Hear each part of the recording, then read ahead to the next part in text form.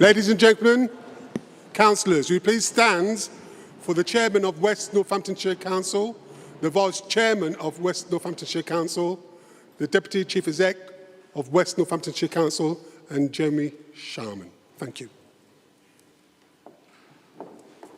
Thank you, Roger.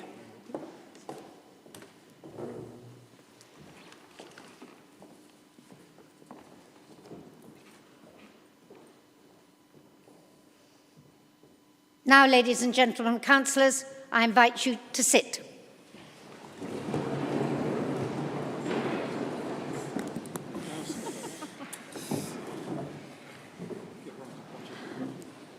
It gives me great pleasure to let you know that Jeremy Sharman will be doing the thought for the day. And just for those of you that don't know, Jeremy has been our High Sheriff for 26, and I, for one, will be very sad to see him go. Jeremy, all you.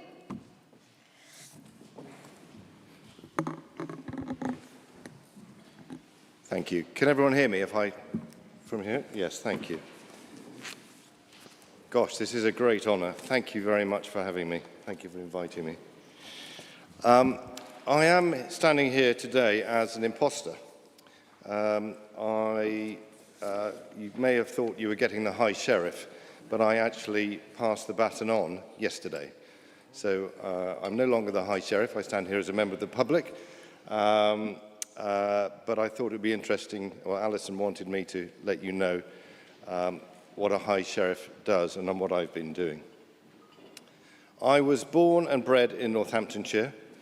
I had my main career was in business. I started in London, had nearly 20 years in London, working in something called private equity, and founded a private equity firm, which is now a international business. After 20 years, I returned to Northants and became an angel investor based here, investing in local businesses.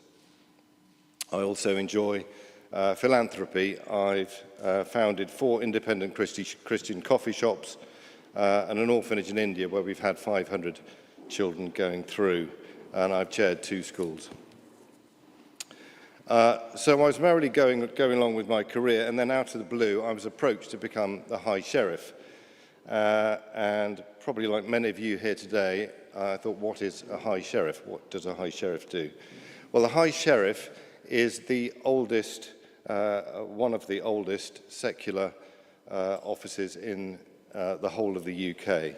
It has been around for over 1,000 years. And those of you who know your history will know that High Sheriffs were around in 1066, and they were charged with raising an army, and they, in fact, if you look at the history books, 1066, the High Sheriffs from all around the country raised an army and took on the battle. Thankfully, today, the High Sheriff doesn't have that privilege, or doesn't need to do that. It is very much more an office of encouragement, similar to the way that the monarchy has changed. It is a role of encouragement and one of communication, getting people together. It's only for 1 year, and it's a totally voluntary role. And it's turned out to be one of the greatest honours of my life to be involved in this. And it's not because of the status or the privileged access or the uniform.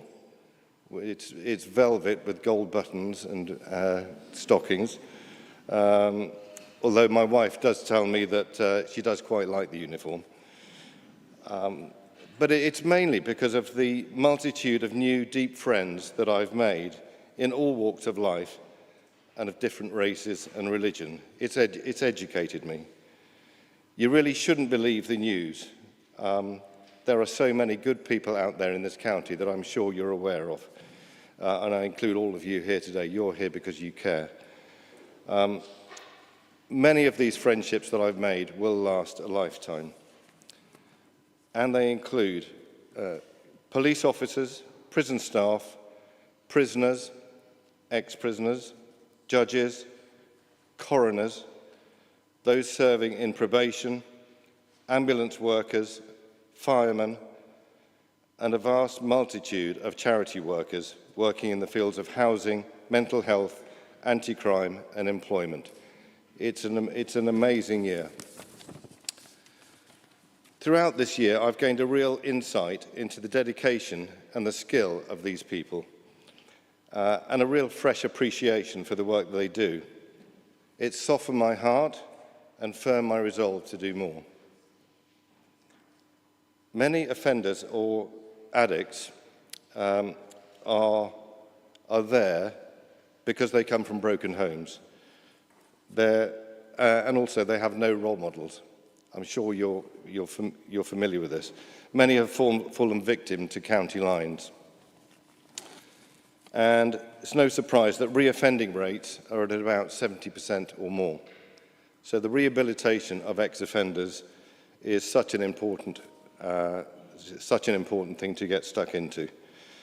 There are personal reasons for doing it, social reasons, and the economic benefits to turning lives around are huge. On average, it costs around 100,000 to keep someone in prison. And with reoffending rates like that, it doesn't even take a calculator to work out we need something to change. And I'd like to just tell you briefly two contrasting stories. Some of you will be familiar. I had a day in the coroner's court and really heard about the tragic story that happened very close to here, of the young man who he was a drug addict, and he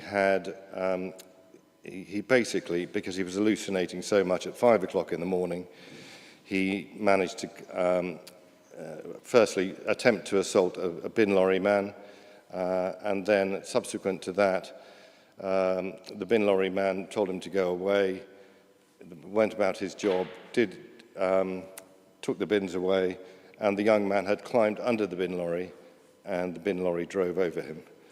That's a tragic life lost, and the amount of times that young man had been into hospital, been in trouble with the police, cost society a huge amount.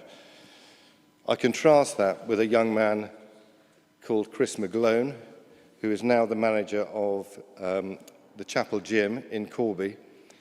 Chris McGlone was an excellent man in the army, served in the army for 5 years in Afghanistan, and tragically his best friend was blown up by an IUD. He got PTSD, was discharged, came back to Corby, and got into drugs, became a drug leader, and ended up in prison as a result of this. But he found his faith, Christian faith, in prison, came out, and was very bravely put in the position by a vicar who had 2 churches, and he turned one of the churches into a gym. Chris now runs that gym, which now has 1,700 members, of which 100 are ex-offenders or recovering addicts. It's an amazing project. And there are two examples there of a life wasted and a life turned around. And if we can turn lives around, we have a huge impact, as those with lived experience are really the best at converting others and leading them on. My work this year has culminated in 2 rehabilitation conferences, the latest of which was held last Friday and attended by Alison and many other delegates, in fact from 34 superb charities within Northamptonshire, who I've met along the way. And we really looked in a lot of detail at mentoring and how we can communicate better and work as a group of charities in a coordinated fashion. We now have 4 groups covering housing, employment, mentoring, and a special women's support group. And we're trying to coordinate all the efforts of the great charities and agencies in this area. I intend to make sure that these groups continue to meet online together, although my year's finished, and on a regular basis to encourage collaboration, discuss relevant topics and share best practice and training. I've had really good engagement with West Northampton Council to date, particularly from Alison, Mark Arnhull and Charlie Hasty have been particularly supportive of my endeavours. But if anyone else here is interested in the field of rehabilitation, then do get in contact with me either through Alison or Mark. There's lots more than I could tell you, but my time is up, and I'm conscious you've got a big agenda tonight. Thank you for all the work that you do. You're all here, like me. You care about your community. You care about Northamptonshire. You've got a great leadership team here, and I wish you every success in all of your discussions tonight, particularly the one on knife crime, which I will follow with great interest. Thank you very much for listening to me.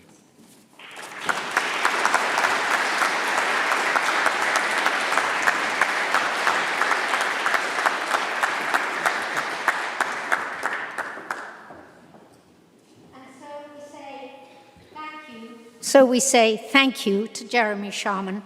It has been my pleasure and privilege to work with him this year. And sadly, as we know, his year has finished. He'll move on.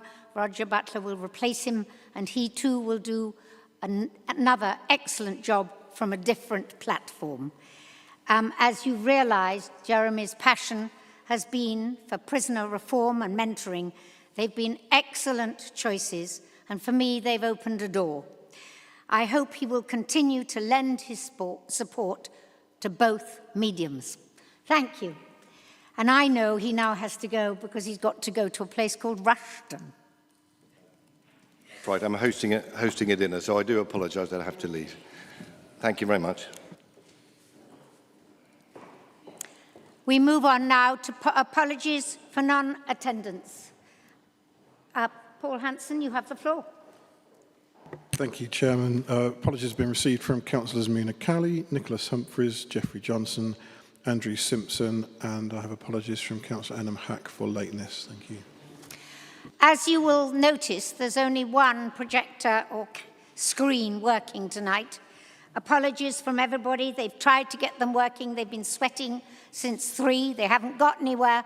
We'll just have to put it on the back agenda to the next time. And now I'm going to ask the monitoring officer to explain why we have black lanyards. Thank you. Good evening, members. So the initial proposal to have black lanyards actually arose some months ago now when I was talking to the Chief Executive, our ex-Chief Executive Anna Earnshaw and the Section 151 Martin Henry. It has been successfully rolled out in other local authorities to enable officers and members to be clear around the distinction between those two roles, so that political role and then the officer role as well. But it also helps from a safety and a security point of view, particularly in arenas such as this. So we took the opportunity, particularly because at the time you were all very new, and we're still very new faces as our new councillors, to order them. They have taken some time. They have taken in excess of 5 months to arrive, for which I do apologise. But nevertheless, they have finally arrived. So they're now on your desks. We would encourage you to wear them. As I say, it does help to identify who is in a political role and who is an officer role, etc. And in environments such as this, from a safety and a security point of view, it's also very helpful. So that's the rationale behind it. Thank you. There you go. Item 2, declarations of interest for members and officers. Do I have any? Having none. No, I am. Sorry. Yes. Is it Councillor Hasty? No. Who is it? No. Oh, I'm so sorry, Councillor Gilliava. My apologies. I'm on, yes, okay. In relation to item 14 of the agenda, appointment of independent person, I wish to declare that I'm personally acquainted with one of the appointed individuals through voluntary work undertaking prior to my election as a councillor. Thank you, Madam Chairman. Thank you. Anybody else before I jump onwards? No. Item 3, minutes of the council meeting of 26th of February 2026. Do I have your permission to sign? Don't get confused with the subsequent meeting. This meeting was at the end of February and was about the budget. Okay, so I have your permission to sign? Thank you.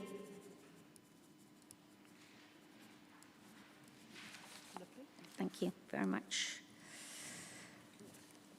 All right, now we moved on to the chairman's announcement. Our year moves on. A month ago, we have put the budget to bed. And now we have to look at the consultation, which closes on the 27th of March. It was for residents to comment on the local plan 2027 to 2041. This plan, as you know, lays out growth and development until 2041, and its purpose is to shape planning and development over the next 15 years. We have opportunity and responsibility to shape our future for family and friends alike. There were monumental omissions related to the storage unit along the A43 and the 51 on the previous local plan. I would ask you to cast your minds across the proposals made and uphold our officers and unitary councillors to account. Today, our motions cover the appalling state of our roads, the devastation wrought by potholes, the deep concern related to knife crime, community safety, parking charges in Northampton, issue with blue badge holders, a discussion on the re-establishment of West Northamptonshire, Disabled People Forum, and an update of the annual Equalities Report. There will in the future be a discussion about the Ability Bus. This service of its nature is vital to our constituents in the rural villages.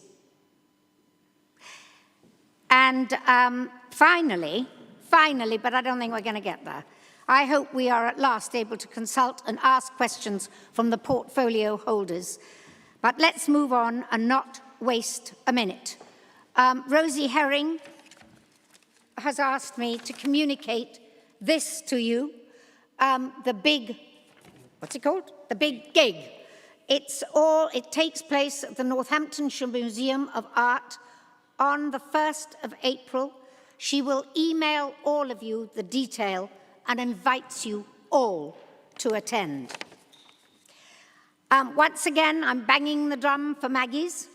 On the 29th of March, Andy Kilbride, Stephen Hibbert, myself and daughter will walk part of the 30 kilometres. And if you go online, we all have just giving pages. And I have created one myself today. I would invite you, because you're not going to walk, that you will use your fingers to walk instead. Okay, now, hold on, I have to find the next piece of paper. Oh, yes, because this, believe it or not, is the council's 5th birthday. And before we move on this evening, I would like to take a moment to reflect on an important milestone in our council. Next week, the 1st of April, West Northamptonshire Council will mark its 5th birthday. The council was created through one of the biggest changes to our local government in Northamptonshire in nearly 50 years, replacing the County Council, Northamptonshire Borough, Daventry and South Northampton District Councils, and bringing together hundreds of services for all our residents. Whilst 5 years may feel a short time, it has been achieved. It has been quite remarkable. As chairman, I want to take this opportunity to thank everyone for those who have played a part in that journey. Our staff, who worked incredibly hard every day to deliver services and support our residents. All our members who have given their time and commitment to public service. and our many partners, including our town and parish councils, voluntary and community organisations, business and wider public services, who have worked incredibly hard to make a difference. At the heart of all of this are the people we serve. Our residents, communities, continue to shape what we do, and their voices are central to the decisions we take. The Chamber represents different views, different perspectives. This is the strength of local democracy. While we may not always agree, we share a common responsibility to act in the best interests of the people of West Northamptonshire. And remember, it is the people of Northamptonshire, West Northamptonshire, that we serve. As we look ahead, it is clear that our work is not finished. Like any other organisation, we continue to grow, learn and improve. But we do so with strong foundations in place and a clear sense of direction for the future. And so, as we approach the 5-year milestone, I can hope we can take a moment to recognise both the progress that has been made and the shared commitment that carry us forward as we work together to make our area a great place in which to work, visit and thrive. Wow, that was a long passage. I didn't write it. All right, now we move on. But thank you for those that did, and I really appreciate what you've done. So now we move on to the leader's announcement. Councillor Arnold. Thank you, Madam Chairman. If only I could find a speechwriter half as good. So, just add to your thanks to Jeremy Sharman, if I may, I'll pass my own on. It's been an absolute privilege and an honour working with him over the my first year in office. And I'm grateful for all the work he's done, as I'm sure members will share. I'm trying to keep my address brief this evening for everybody, given the length of the agenda, but there are some matters we need to address. So 1 month on from setting our 26-27 budget, I'd like to express my thanks to colleagues and officers and members of all parties who worked tirelessly to shape the budget we set last month, and to our communities who engaged constructively throughout that process. It's never a simple process. It's an exercise in numbers. It's a statement of our ambition, our priorities, and our responsibility to the people we serve. The budget we agreed last month was shaped by some tough national and local realities: pressures in adult social care, rising demand in children's services, inflationary impacts, and it's only too noticeable tonight. I'm sure we'll leave the chamber and find the price of diesel has gone up yet again. We delivered a balanced budget, and that protects our essential services, and it invests in the long-term needs of West Northants. We committed to safeguarding vulnerable residents, maintaining investment in social care and early intervention. We've improved local infrastructure. We are going to work on improving the roads, and we'll hear more about that tonight. Transport links to active travel and others, and our community facilities as a whole. And we'll do our best to support economic growth by working closely with our partners to attract investment, create jobs, and revitalise our towns and rural areas. Our budget is deep-rooted in realism, but also in optimism that what we can all achieve together. So 1 month on, we've started delivering on those promises already. These are early but important steps in a long-term plan to deliver better outcomes for every part of West Northants, and we will leave no corner unturned as we work around the area. We have to face our challenges together, of course, and challenges remain. Demand for services, particularly in social care, are rising faster than our funding. The housing market remains under strain, and like every council nationally, we continue to navigate an uncertain financial landscape. Last week, some members will know I attended the LGA Corporate Peer Challenge on Lancashire County Council and worked with cross-party members, a Conservative, Councillor Fothergill from Somerset, who is an exemplary councillor, and he presented a unique opportunity to work with another opposition peer to oversee a council under our party's administration and the journey they're going on themselves 10 months into office. There's lots of learnings from that experience that I've brought back already, things I've shared with my cabinet and I'll share with my wider group going forward, that's really going to shape part of what we do going forward. Looking ahead as we move into the new financial year, our focus is firmly on delivery. We will continue improving how residents interact with the council. I don't think many members in this room will argue that our connectivity to our residents is much higher. It's about visibility on the streets. It's about knocking doors and listening to what they say, and they've been telling us quite a lot recently. We're going to hear more of that in the coming weeks. It's about driving forward regeneration and economic growth. We have an uncertain time. The economy is quite stagnant. What we can do, we can only do what we can promise and do our very best. But we do need to champion our rural communities and as much our urban centres of Daventry, Towcester and Brackley. And I ask all members to actively engage within the administration and without to bring together our communities as a whole. Now we need to come to the elephant in the room, or this month's elephant in the room. So, colleagues, let me turn the ongoing noise around the Ability Bus service, as the chairman rightly highlighted. Over the past few weeks, the volume of commentary has been rather impressive. You'd think Sarah Ball MP has discovered a new national sport called Blame the Council. If medals were handed out for dramatic Conservative gaslighting of the public, I suspect Miss Ball would have several gold medals under her belt already. You might say she's beginning to look a little unhinged. But yet, Miss Ball's synthetic theatrics remain stubbornly unmoved. The decision wasn't the council's. This wasn't held by the council, and the questions unanswered don't sit with the council. But while Miss Ball seems to be somewhat obsessed with our Nigel, the honourable member for Clacton, she and the Conservatives may wish to take a closer look at their former member for Duston.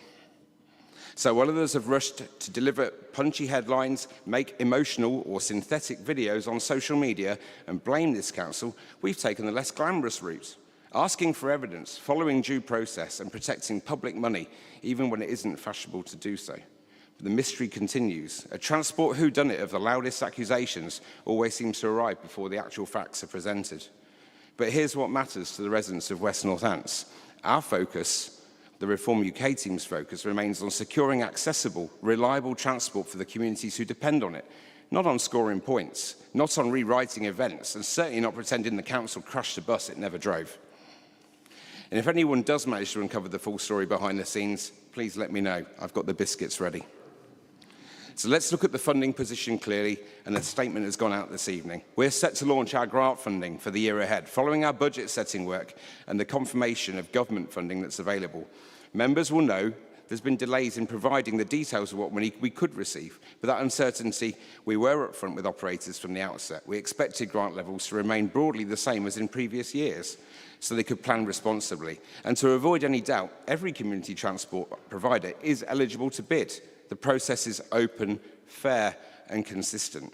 And finally, on unpaid journeys and concessionary fares, each year the Council notifies operators of our concessionary travel scheme, including the rules for reimbursement. Operators then submit claims, and those claims must be evidenced.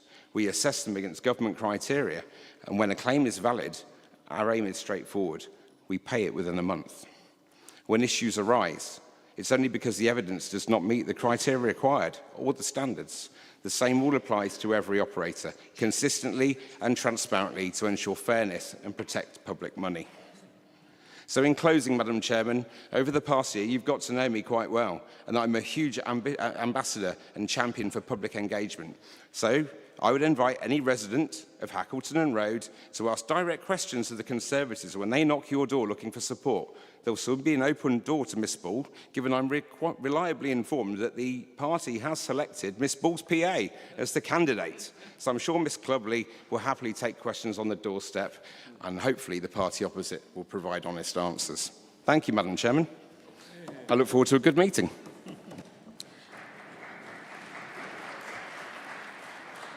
Thank you, Councillor Arnold. I look forward to a good meeting too, but one where we observe courtesy, respect, consideration and collaboration at all times.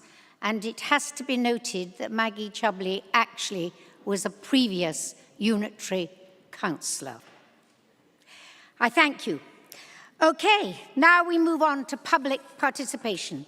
We have 6 people who have requested to address the meeting, and we have no public speakers other than these. Okay, the first person to speak is Jean Lineker. Ms. Lineker, I asked you please to address the council, remembering that you have 3 minutes.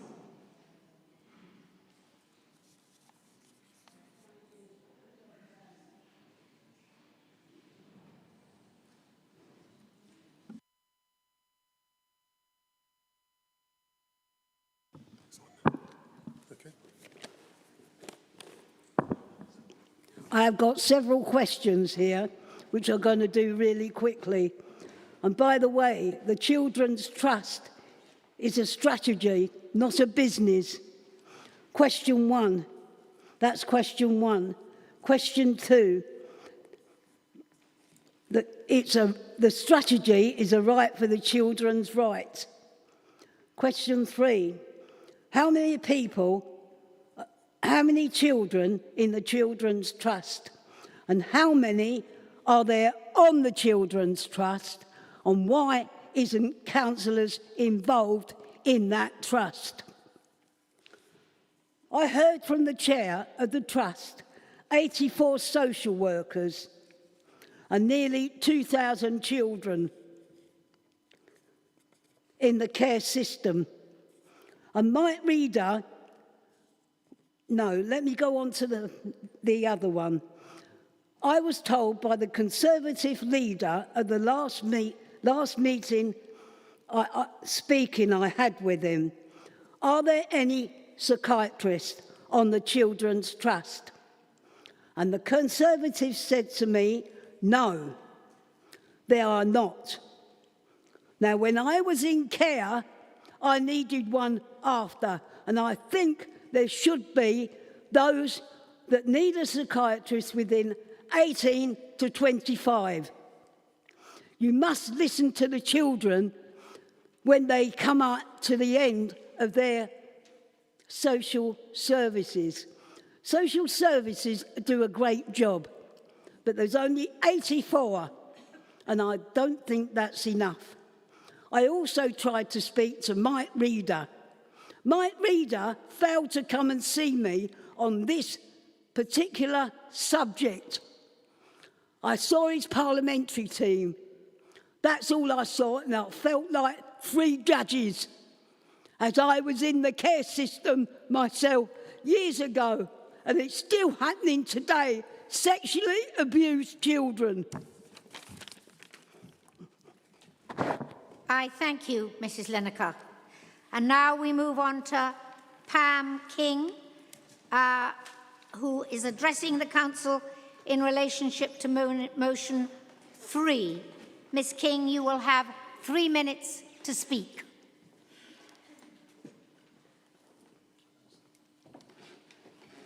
Don't hurry. We can wait. I can't hurry. Okay, that's the side of the chair. That's the back of the chair. Where's the mic? Microphones. Where's the microphone? So you just stay in that sort of posture. And your microphone's Is it here? Yeah. Okay. Yeah. Thank you. Thank you. Sorry, I wasn't very quick. I've come to speak today because I am deeply upset, worried and anxious about the council's desire to take away the free blue badge parking. I lost my sight in 2012. Moved here in 1990 from Newmarket and always been a firm supporter of this town. I've been a teacher here for many, many years. Both my son and daughter have worked for the council. Feel very passionate about this town of ours, actually. My friend and I coming probably 3 times a week. We belong to various clubs and things, the museum and the I'm very nervous, sorry, Natural History Club. We also go to the theatre and we try to use cafes and support the town as best we can, perhaps going to Boots and things. I'm not wealthy. I had to pack up teaching when I was only 57, so I don't have a huge amount of money. Having a free badge has enabled us to come in frequently to support the town. If we have to pay for it, to be honest, I doubt if we'll be able to come in very frequently in the future, which will have a really horrible impact, I would say, on my life. Because I've lost my sight, I like to come here. It's familiar to me. I like to walk in Beckett's Park. And I'm just a great believer in a town centre being the heart of the community. And I fear this is going to stop many disabled people from coming into town because the charges will just be far too high. So that's what I'd like to say. Anyway, that's it, really.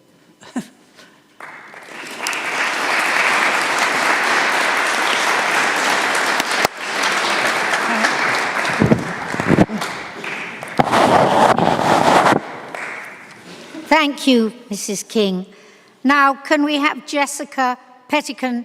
And I know, Jessica, you have somebody who will be signing for you.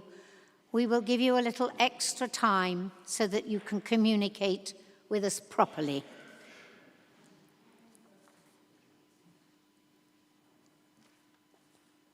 Roger will guide you.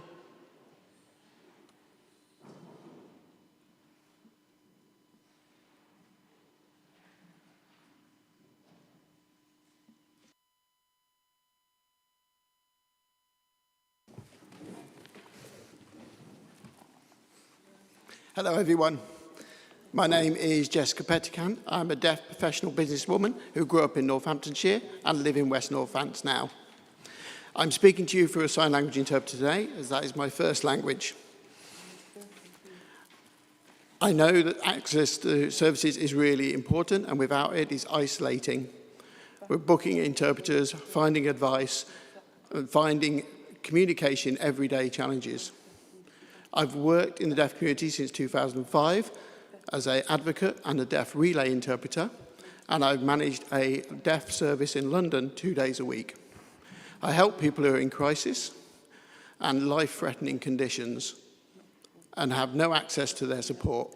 Over the years, I see how important services are for deaf people and the deaf community. The local deaf organisation to Northamptonshire, which has been running for 150 years, has recently closed. And then replacement of services has not been in place, although it has been moved 3 months earlier. This is affecting people's independence and creating isolation. There's approximately 450,000 people who have hard of hearing or deafness within Northamptonshire and West Northants. So there's approximately 10,000 people affected with severe hearing loss that live in West Northants. And without services or communication, this means that access is reduced. There is not enough time at the moment to fill the gap in services, even though it has been moved forward. And as directors of Deaf First, we've set up a community hub to try and support, through this period of time, the deaf community through a drop-in and information advice and guidance service. It's very severe. We had a service that was worth 250,000, and all those services have now gone almost overnight. And there are 10,000 people effectively now left without support, without those full services. Mental health is going downhill for many of them. There's a lot of pressure, I know, on public services, but it is making it very difficult for the deaf community. Deaf people should not be excluded from community. And that's what happens when funding stops and access to services stop. And mental health is then severely impacted. It's not their fault, and it can be prevented. The law is quite clear under the Equalities Act 2010. The council obviously have a duty to make reasonable adjustment and services. And there's an equality duty as well that should be considered before decisions are made, not afterwards. The UN Convention on Human Rights also covers the rights of deaf people to participate in their communities. The cut of these services might save money long term, but is pushing people into mental health services and isolation and into crisis. Funding for these services should not be optional. I'm sure you now have a choice to fund services to prevent this isolation and mental health decline before it then costs the council more in later crisis services as more professionals need to be involved. Equality is not a line in a policy document. It's something we live every day. I thank you for your time today.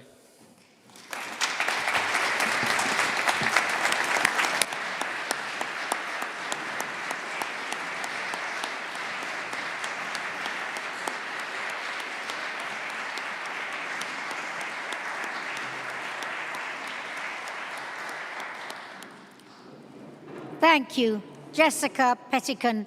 That was really extremely brave and very articulate from your interpreter. Okay, Alderman Dennis Meredith to speak. 3 minutes, and you will address the council in relation to motion 3. Thank you, Alderman Meredith. Okay.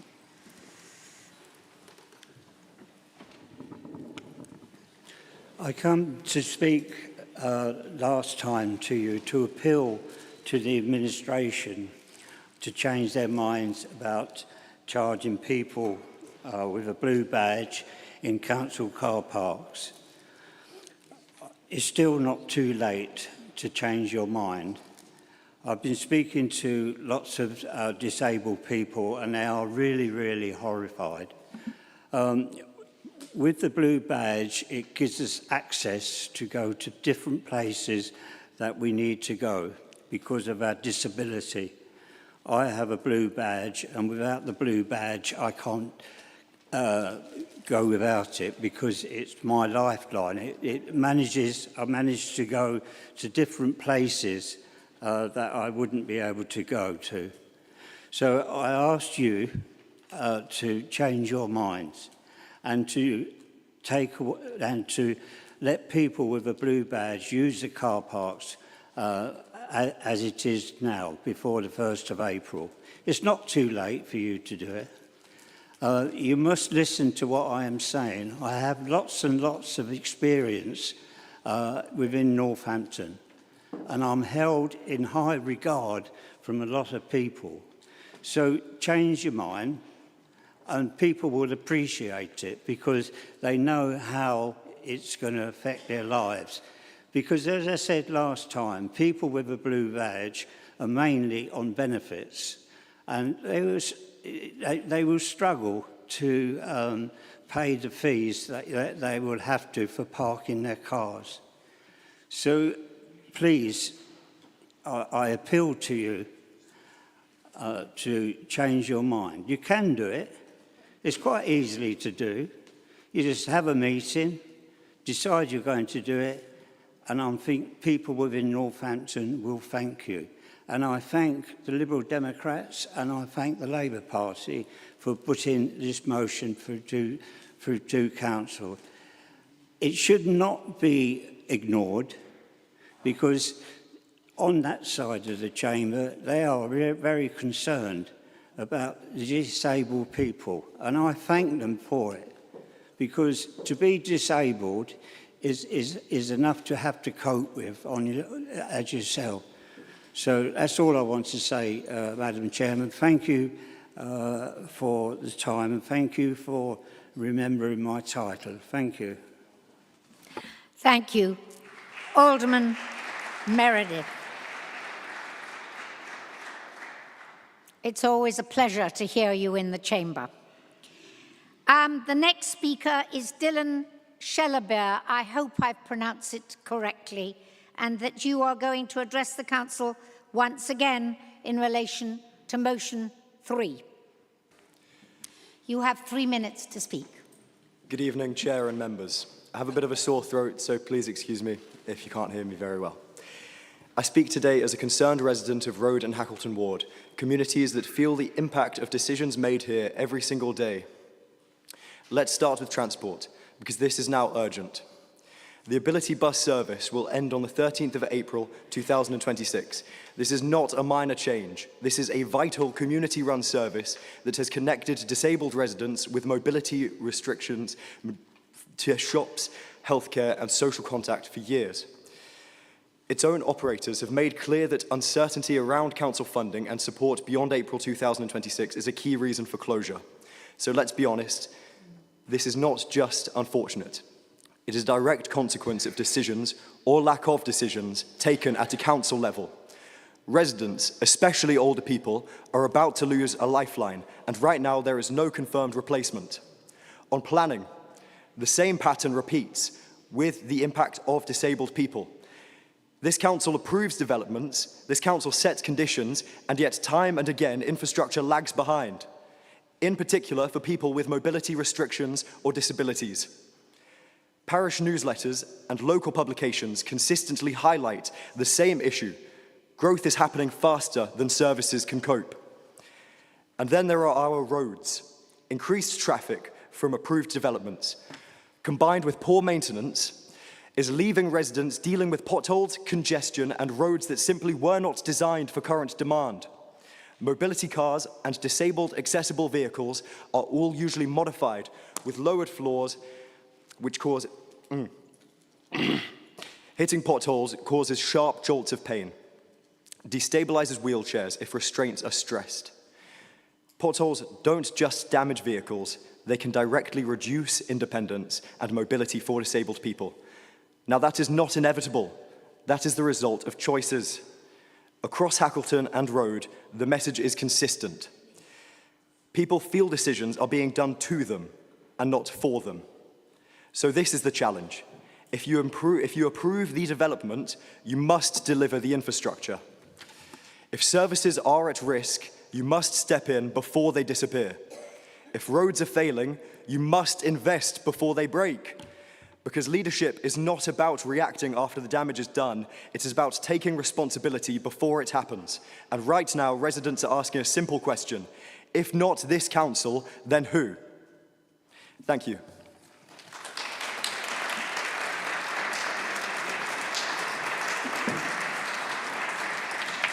I thank you, Mr. Shalabier. Unfortunately, we cannot interrupt a public speaker if he is working within the constraint. We could speak to the monitoring officer if you would like to address the issue. He was speaking to the motion.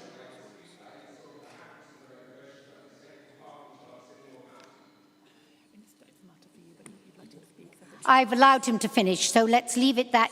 You can address it later in the evening if you can find the appropriate moment. Okay? No. Sorry. Now we move on to Quintin Green. Quintin is going to address the floor on motion 1, and because of the seriousness of the issue, the chair has allowed the extra minute. Mr. Green, the floor is yours.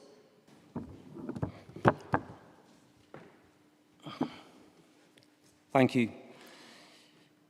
Chairman of the Council, councillors, thank you for the floor. My name is Quintin Green. I'm a professional youth mentor and a spoken word artist. I go into schools, colleges, pupil referral units and prisons to help children, young people and adults share their thoughts, articulate their feelings, communicate their concerns, and additionally, to acknowledge their achievements and to celebrate their successes. We sit here today in the heart of West Northamptonshire discussing policy, budgets and strategic frameworks, but I need to take you out of this space for 3 to 4 minutes. I want to invite you to walk with me. I want to borrow your thoughts for a moment and take those thoughts to grassroots, because grassroots is where interconnectivity happens, but it's also where reality plays out in all of its forms, whether positive or negative.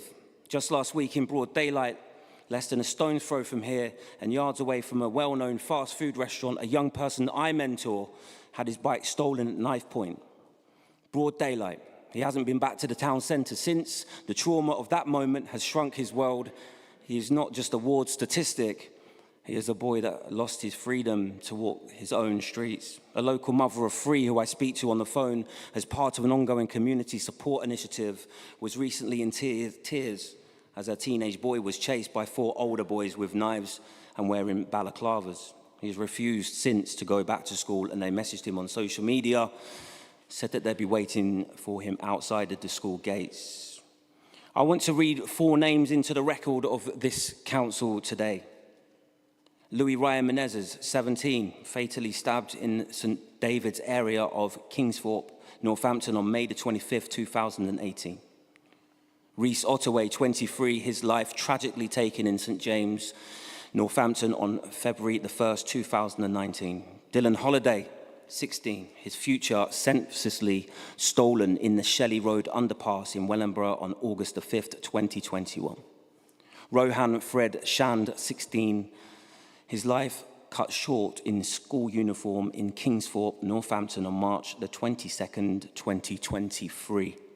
All of them from our streets, all of them lost to knife crime and serious youth violence in the last few years. I have supported the parents and the families of all of these young men, and let me tell you what it looks like.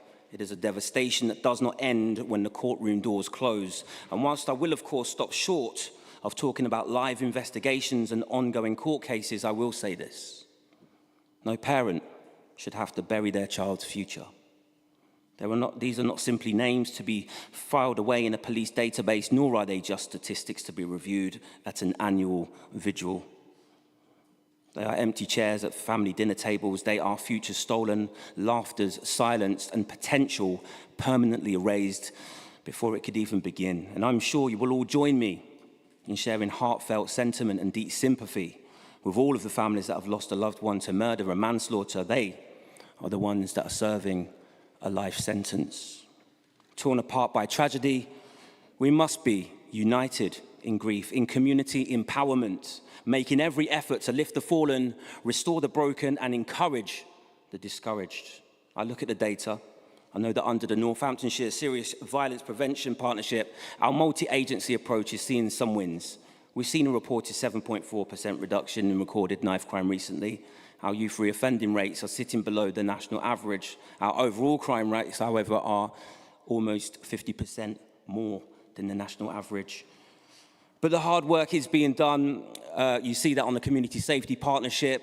They report a 5.3% reduction over the year end 2025. Testament then to the wider and the child-centred interventions that many of us are fighting for from boots on the ground upwards.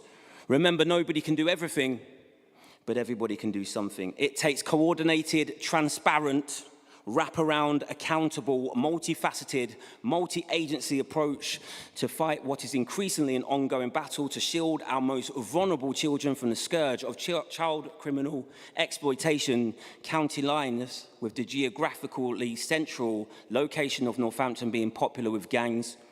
There are 6,500 deal lines nationally. It's an alternative economy worth millions and a temptation to some of our most disaffected. And the counties looked after children are at particular risk. Also of note in the short time I have cuckooing, organised crime groups, urban street gangs and the clutches of social media where the glamorisation of gangs has become a subculture and our young people are becoming desensitised to serious violence and other inappropriate content, with some people reporting up to 7 hours screen time a day on average. I see this spill out into reality where the persona they project... Mr. Green, your documentation is very powerful, but in the interest of speed, can you finish up? I will finish up immediately. Thank you.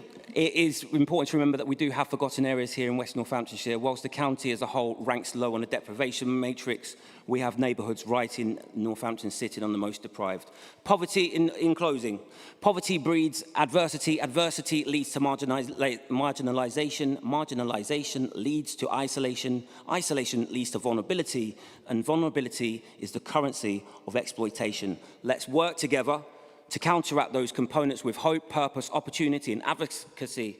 Let's ask ourselves if the hard to reach are really hard to reach, or is it hard for us to reach them? Remember, we are all in the driving seat. Our right foot on the accelerator, our left foot on the clutch, because alone we can do so little, but together we can do so much. Thank you.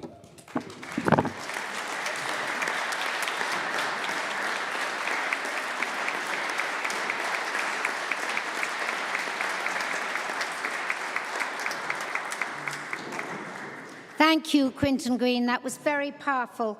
I just want to add something to this, and Quintin, you may well have to confirm. I am told that on Facebook, this last 90 days, you had 7.7 million hits. That in itself is a testament. Is that correct?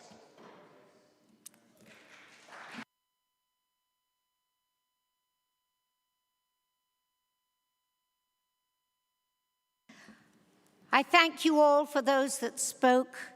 It's terrifying to come to council and do this, but you are serving your community in so doing. Now we move on.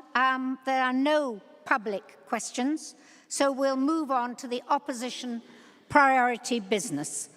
And I will invite Councillor Stephen Clark to move the motion. Thank you, Chairman. Across the country, the condition of local roads has become a critical issue. England now faces a £19 billion repair backlog, with some areas more than a century away from fully resurfacing their networks at current funding levels. Here in West Northamptonshire, the backlog alone stands at £390 million, and it would take decades to complete, an unsustainable and unacceptable figure. Despite the commitment of our highway staff, road conditions continue to decline due to chronic underfunding, extreme weather and ever-increasing traffic. The recent government rating, which placed WNC among just 13 authorities with a red score for pothole management, underlines the seriousness of the situation. Out of 154 authorities assessed, only 16 achieved green, while 125 were amber. The rating is based on 3 components. First, WNC received a red score for road condition. While we acknowledge that parts of the network require improvement, we have challenged how the data was gathered and interpreted. Years of inadequate DFT investment combined with the significant and unaccounted for impact of HS2 works have limited our ability to improve this score through no fault of our own. Second, our amber score for spend reflects that we utilise the funding allocated to us. Achieving a green rating would require an additional 30% of local capital funding, an unrealistic expectation for many authorities, including ours. Notably, our additional local spend in 24-25 was not recognised. Third, the best practice component was adversely affected by an interpretation issue around preventative maintenance. Although we secured strong marks in innovation, including the introduction of the Pothole Pro, climate measures and roadworks management, the methodology penalised us for not explicitly referencing footway and cycle maintenance. While the DFT has since accepted our interpretation, the score will not be amended. Meanwhile, the condition of our roads is deteriorating at a pace that outstrips our ability to inspect and repair them. Prolonged wet weather and extended cold spells have caused widespread failures, forcing difficult decisions about what can be repaired immediately and what can be made temporarily safe. Residents are no longer satisfied with reporting single potholes. Entire roads are now being declared unsafe. Increasingly, communities are turning to Section 56 of the Highways Act 1980 to legally compel repairs, as recently seen in Hertfordshire and Kent. We must respond to this growing frustration. Transparency is essential. Residents deserve to know how highways funding is being spent, what outcomes we intend to deliver, and how we will tackle the escalating backlog. Reality is stark. Permanent road damage is now commonplace, and drivers are altering their routes simply to avoid unsafe stretches of road. To address this, we must ensure that we claim every available source of funding. This includes maximising Section 278 contributions, which rightly shift the financial responsibility for infrastructure improvements associated with new developments from the taxpayer to private developers. These contributions cover design, construction, inspection and future maintenance, relieving pressure on our stretch roads. As councillors, our responsibility is clear. We must speak up for our residents, challenge both this council and the DFT where necessary, and ensure that the £15.3 million government allocation for highways is used strategically, transparently and effectively. We must understand why repair levels have declined and what actions are being taken to restore our network and improve our DFT rating. This motion represents an essential step forward toward greater accountability, stronger advocacy and a more sustainable approach to highways management. Supporting it means standing with our residents and our business and our communities who deserve roads that are safe and reliable and properly maintained. However, I withdraw the motion in view of the administration's amendments to it. Thank you, Chairman. Hi, I now understand. Can I please have Councillor Peter Madden to second the motion, but it has been withdrawn. It has been withdrawn, and therefore, ladies and gentlemen, unless there's an explanation from the monitoring officer, we will now continue to item 8. In the absence of a seconder, the item falls and we'll move on to item 8 as you stipulate. All right, so we move to item 8. I take it you have had a conversation. Annual report of the service delivery contract between... Can I have quietness, please? Annual report of the service delivery contract between Northamptonshire's Children's Trust and West and North Northamptonshire's Council. I invite Michael Stratton, Councillor Michael Stratton, to introduce the report and move the proposal. You have 5 minutes. Thank you, Madam Chairman. Annual report of Northamptonshire Children's Trust. As you'll have seen, the report is over 400 pages long and has quite a number of appendices within it. I'm sure that all the members have read, digested the contents of this report in full and understand every single aspect of the report and have loads and loads of questions they may want to ask. The report provides an overview of the 2024-25 annual review of the service delivery contract between Northamptonshire Children's Trust and West and North Northamptonshire Councils. As required by the contract, the Children's Trust has to complete an annual report which reviews service delivery, performance, quality of practice and financial arrangements for the year. The annual report was agreed by the System Governance Board in September 2025 and ratified by the Strategic Group in November 2025 in line with the contractual requirements. The report was also submitted to North Northamptonshire Council on the 5th of March 2026 and was approved. This report enables councils to assess how well the statutory children's services are being delivered, identify any needed changes to the contract, review the financial pressures, and support future decision-making on contract sums. Councillors are asked to note the completion of the annual review and the contents of the 2024 annual report, which together provide oversight of Northamptonshire Children's Trust's performance and governance. Madam Chair, I ask that members note the contents of this report and I recommend the report to the Council. Thank you.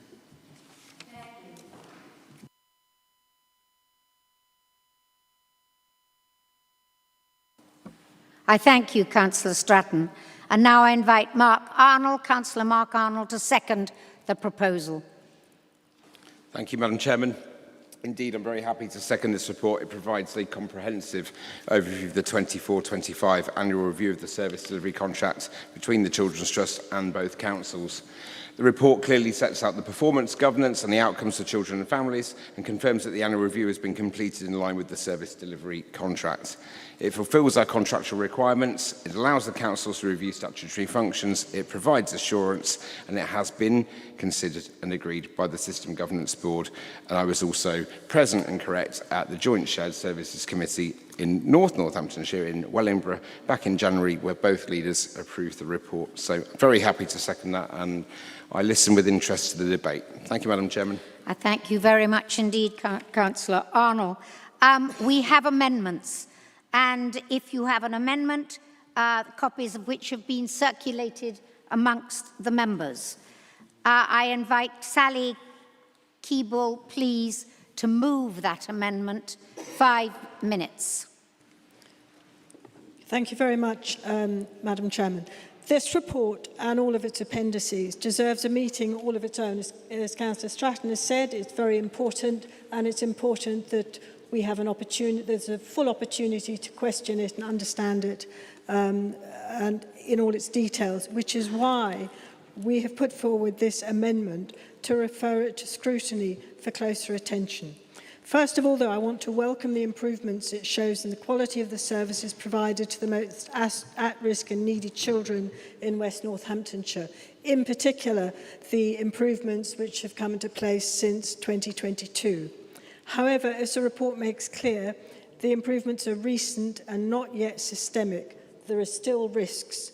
I note that in the improvement plan on page 349, almost all of the items are on amber and only one on green, i.e. on track to be delivered as expected. So it's important that we continue as a council to fully support the Children's Trust in its journey and make sure that the improvements are delivered. Later on in this meeting, we're going to be considering a report on corporate parenting, the responsibility we all have for the children in the care of Northamptonshire Children's Trust. One of the first ways we can discharge that duty is to give proper consideration to this report, and that means looking at it in scrutiny. Embedded in this report are some of the challenges that we have to consider as corporate parents. For example, the key performance indicator that is a particular challenge is KPI 6, which is a number of children becoming a subject of a child protection plan for the second or subsequent time. So a revolving door of care with neglect at its root. Neglect, that has a common use and meaning, which I think everybody understands and which should rightly cause real horror in what it means about what's going on in some of our communities. And then there are the children who are placed more than 20 miles away from home, above the national average. How long have they been there? How often are they visited? When were they last visited? And then there are the children for whom we are individually and collectively responsible, who live in unregistered children's homes. If you look through the report, you can see the numbers. In 2023, there were 26. In February last year, there were 10. Now, that is a big improvement. What the report doesn't say is how many are there now, what are their homes like, and what risks, if any, do they face. And how about the children who complain? On page 80, paragraph 12.9, in one of the reports, and I have to confess, I'm not sure it's a main report, one of the appendices, I didn't note that down.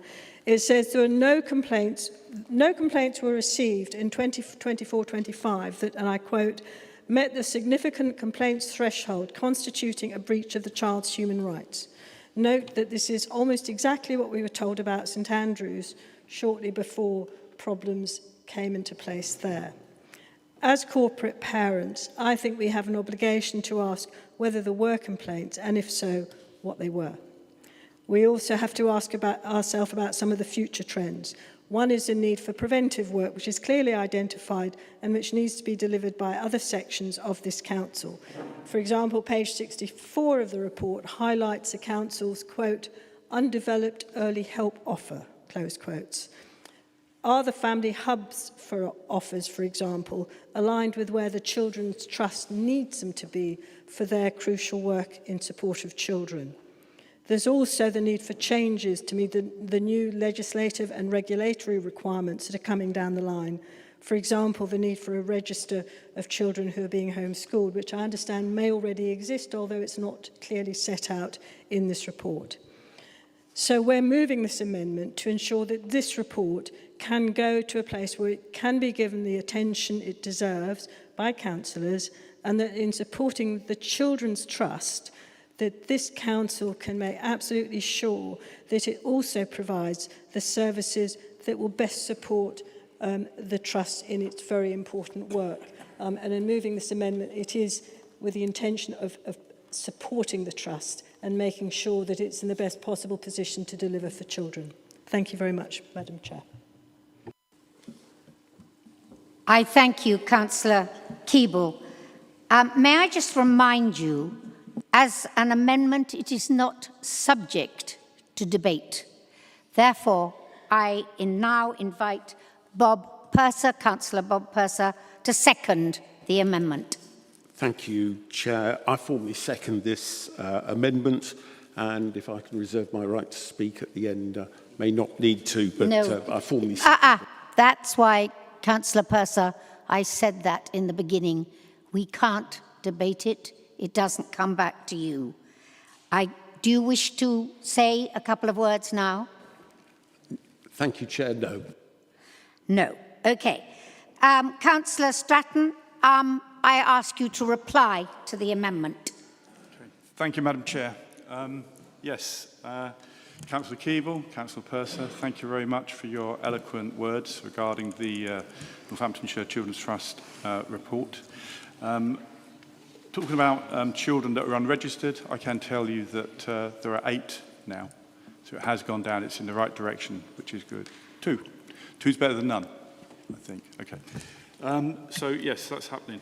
Success is measured in different ways. We have all the key metrics, and through the report, I could go throughout the report and I could pull out loads of positives, lots of other successes like the Circle of Care, which is amazing, and has made a saving of £8 million, which is fantastic.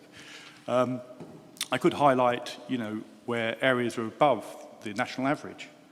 I'm not going to do that. As I've only got 2 minutes, I'm going to tell you that I'm going to reject the amendment, and that is because, you can take this to the chair of the Scrutiny Committee, and they're quite able to look at this outside this meeting and away from this report. I don't feel there's anything in the report that needs to be amended.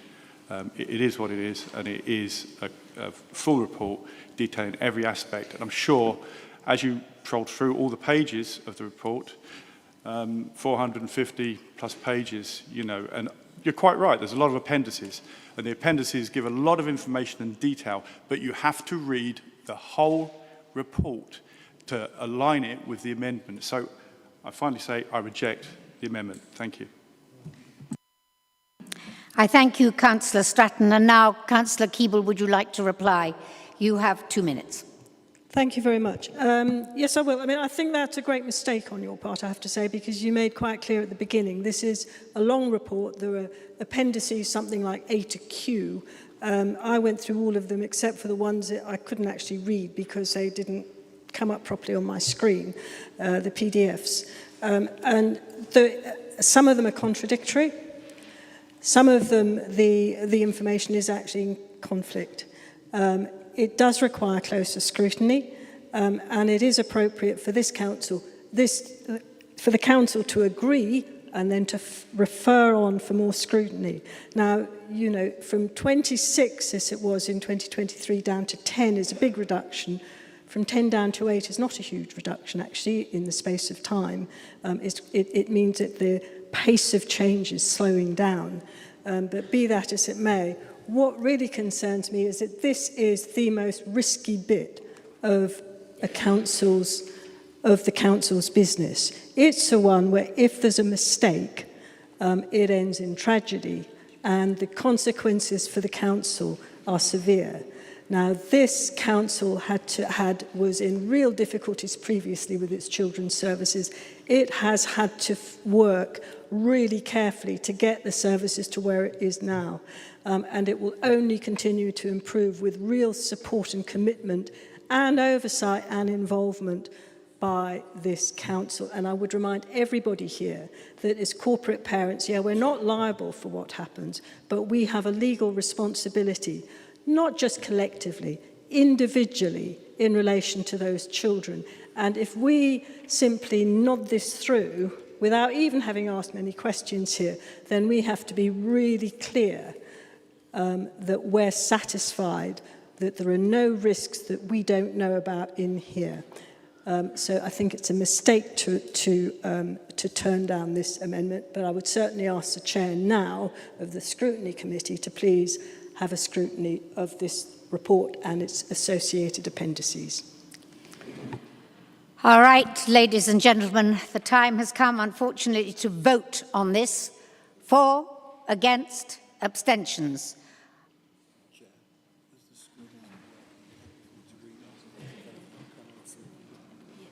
Please, yes. Paul Hanson is going to read the vote numbers because we don't have screens behind us. So here we go, please. Take the vote. Thank you, Chair. That's 29 in favour, 34 against and 4 abstentions. The amendment is lost. I thank you, Mr. Hanson. And now, ladies and gentlemen, are there members of the Council who wish to comment on this item? I thank you very much indeed. Our first speaker to address it will be Councillor Cole.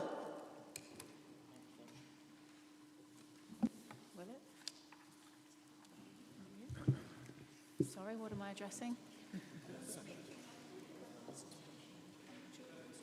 No, I'm not. Put you on. What? You're on. No, it didn't. It's come to you. Yeah, she's touched it. No, Oops. No, Rosie's on. She touched it. Sorry, Councillor Cole, you turned your mic off. So can you please put your name back on the bottom of the list and I'll allow you to speak.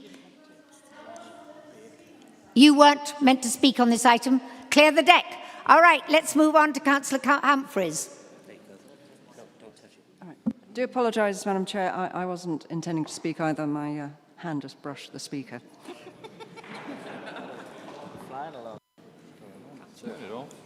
Okay, then we'll move on to Councillor Clive. I was intending to speak. Thank you, Chair.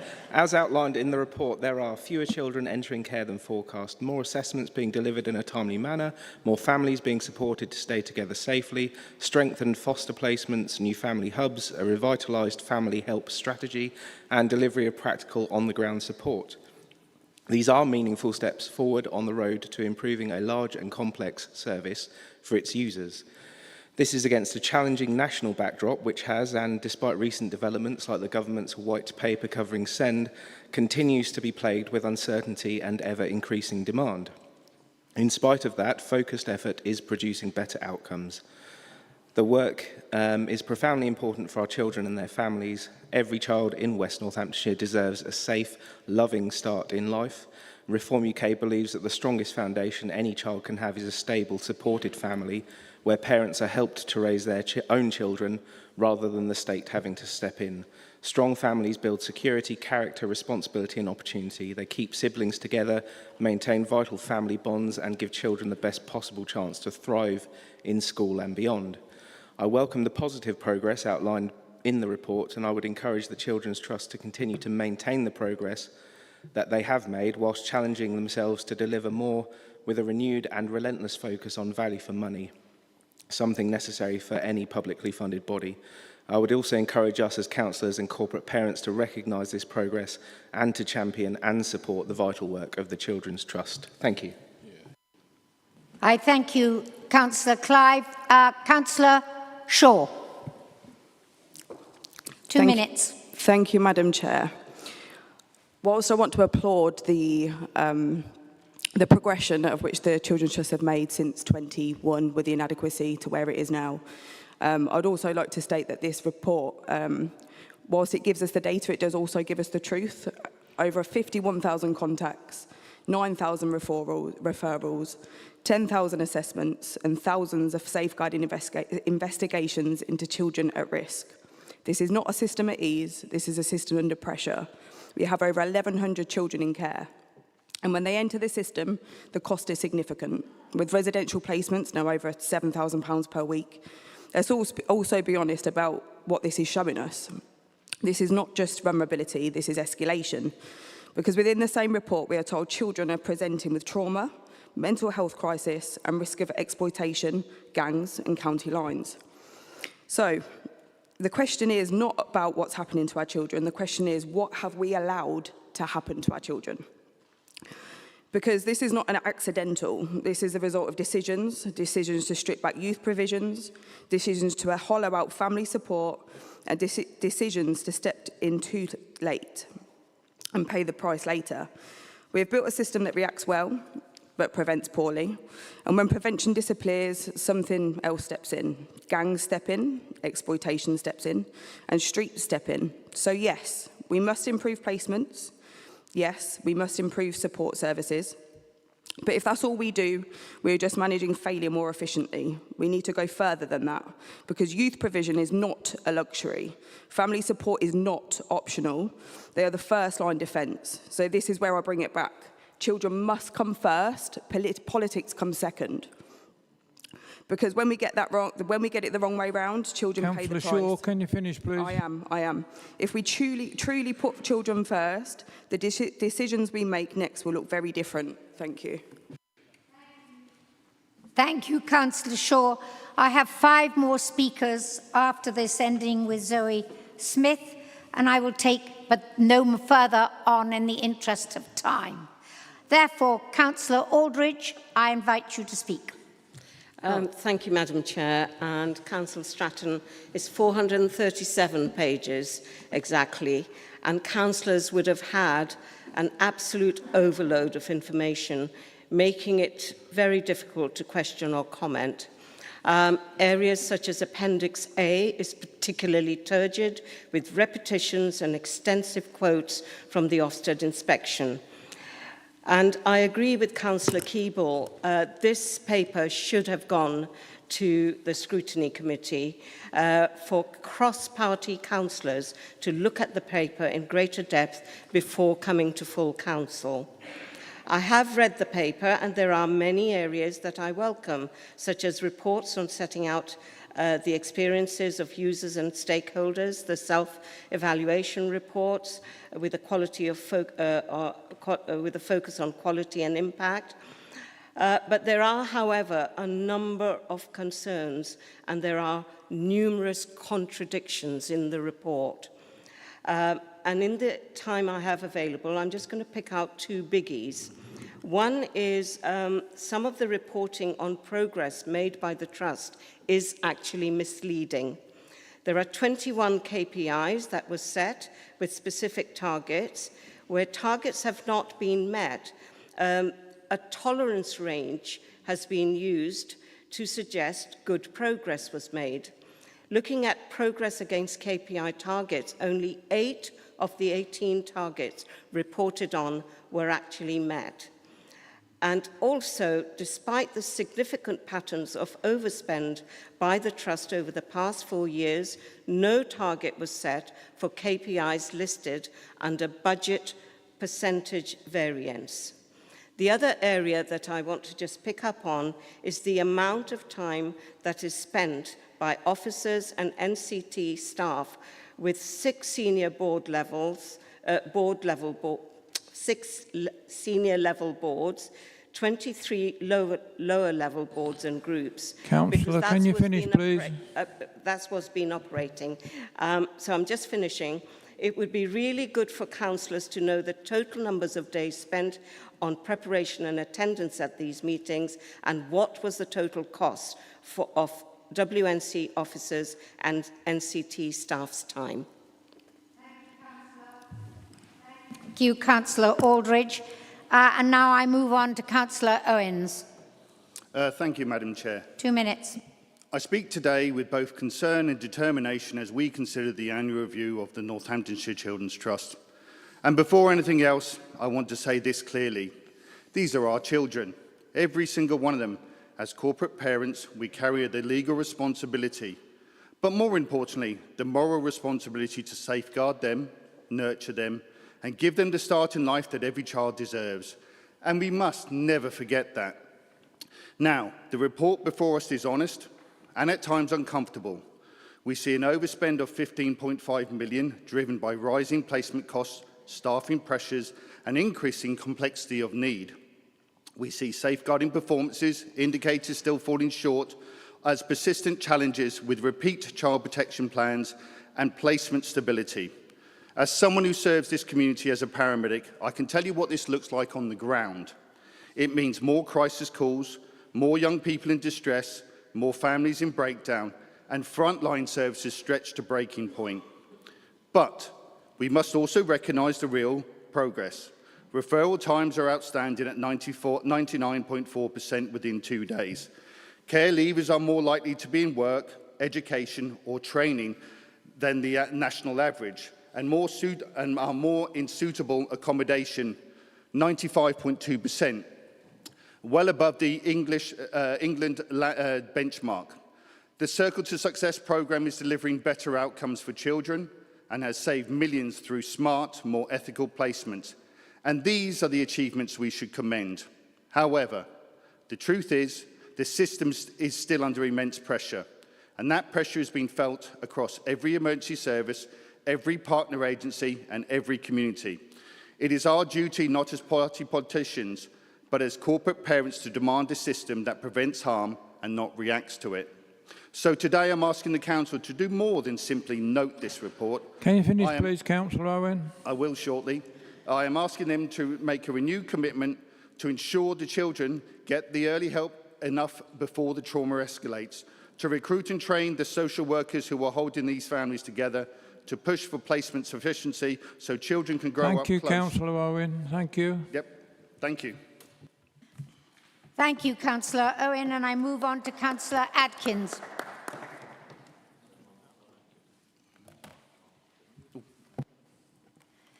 Thank you, Madam Chair. And I would just urge Councillor Keeble and Councillor Aldridge, please do write to me about scrutiny. But I want to speak on commending the report. I want to speak in favour of the report. I want to acknowledge that there are many improvements, but I just want to highlight a few due to time. We know that there's a percentage of older children, 14 plus, a larger percentage in care in West Northampton than younger children. And we know how important it is that those children transition into adulthood successfully. We know it's an important part of this is having correct housing, and when suitable living arrangements are in place, happiness is heightened, which affects well-being. This in turn affects everything from employment opportunities, which are great, as Councillor Owens has said about how our children in care. Health and life outcomes for our experienced young children also improve with the right housing. In the report, Appendix A on page 40 shows that KPI 10, placing care experienced children or young people aged 17 to 21 years that have been in care since 16 into suitable accommodation, has been met by 95.2%, a brilliant result. The national average being 87.8% and a target of 90%.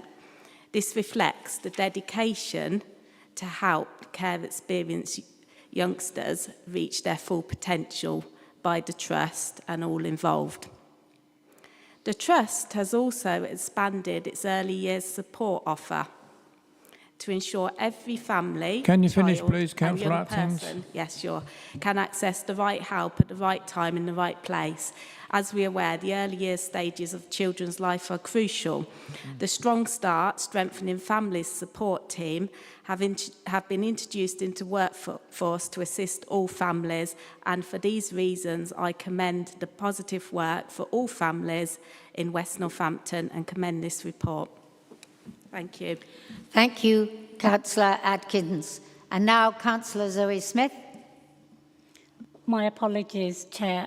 We swapped seats and seem to have swapped the mic, but it is myself who would be speaking. Okay, thank you very much indeed. Thank you. Can you start to speak? Appreciated. Thank you, Chairman. As we review the business plan, we must ask ourselves, is this plan truly deliverable, or is it simply a set of aspiration anchored to a volatile budget? Are we noting a plan that requires an additional 64 million in growth funding, while all we support investing in our children? We must be honest about where the money is going. Currently, a vast portion of our budget is being absorbed by a broken private placement market. We are paying external providers because we lack sufficient in-house capacity. A plan that relies on market forces rather than municipal control is inherently fragile. Furthermore, a plan is only as robust as the workforce that delivers it. We continue to rely on agency staff, which costs this council dearly, and the stability of the relationships our children rely on. Without a radical shift in how we retain our permanent social workers, the goals laid out in the document remains at significant risk. Chairman, we are the corporate parents. Our duty isn't just to sign off on a budget, it is to ensure that every pound spent results in a child feeling safer, staying closer to home. In light of the significant financial risk identified in this plan, what are the 3 specific measurable milestones the administration has set for the next 6 months to reduce our reliance on high-cost private residential placements, and exactly how will these be reported back to the Council to prove that this plan is actually being delivered? Thank you. Thank you, Councillor. I move on to Councillor Ian McCord. I welcome the report, the level of detail provided, but volume is not accountability, and it's striking that financial discipline is not an explicit KPI. Northamptonshire Children's Trust now accounts for £1 in every 4 this council spends. Overspends are guaranteed, meaning the trust is financially insulated from its own decision-making, while every other service in the council absorbs the impact. We have a clear structural mismatch. Operations sit with NCT, while financial responsibility sits with the councils. Since 2020, the NCT contract sum has gone from 140 to 208 million. And we funded overspends of 53.8 million in children's services and 40.8 million in adult social care in those 5 years. That's 94.6 million diverted from all services, roads included, simply to meet statutory care duties. So I'll say it again, to fix potholes, fix care. I recognise the effort behind a largely green dashboard, but I'd be far more impressed if those outcomes were achieved with clear cost control. And at this scale of funding, the minimum performance should be green. The report states the service delivery contract is subject to review. And can we therefore confirm the timetable for that review, and whether the West-North split still reflects reality, and whether we should explore re-invoicing any overspend to the Department for Education? Finally, if government is preparing to intervene against overcharging in markets such as petrol and veterinary care, why does it continue to tolerate suspected price gouging in children's care market, where councils have no power to walk away? Government has recognised for years that this market is broken.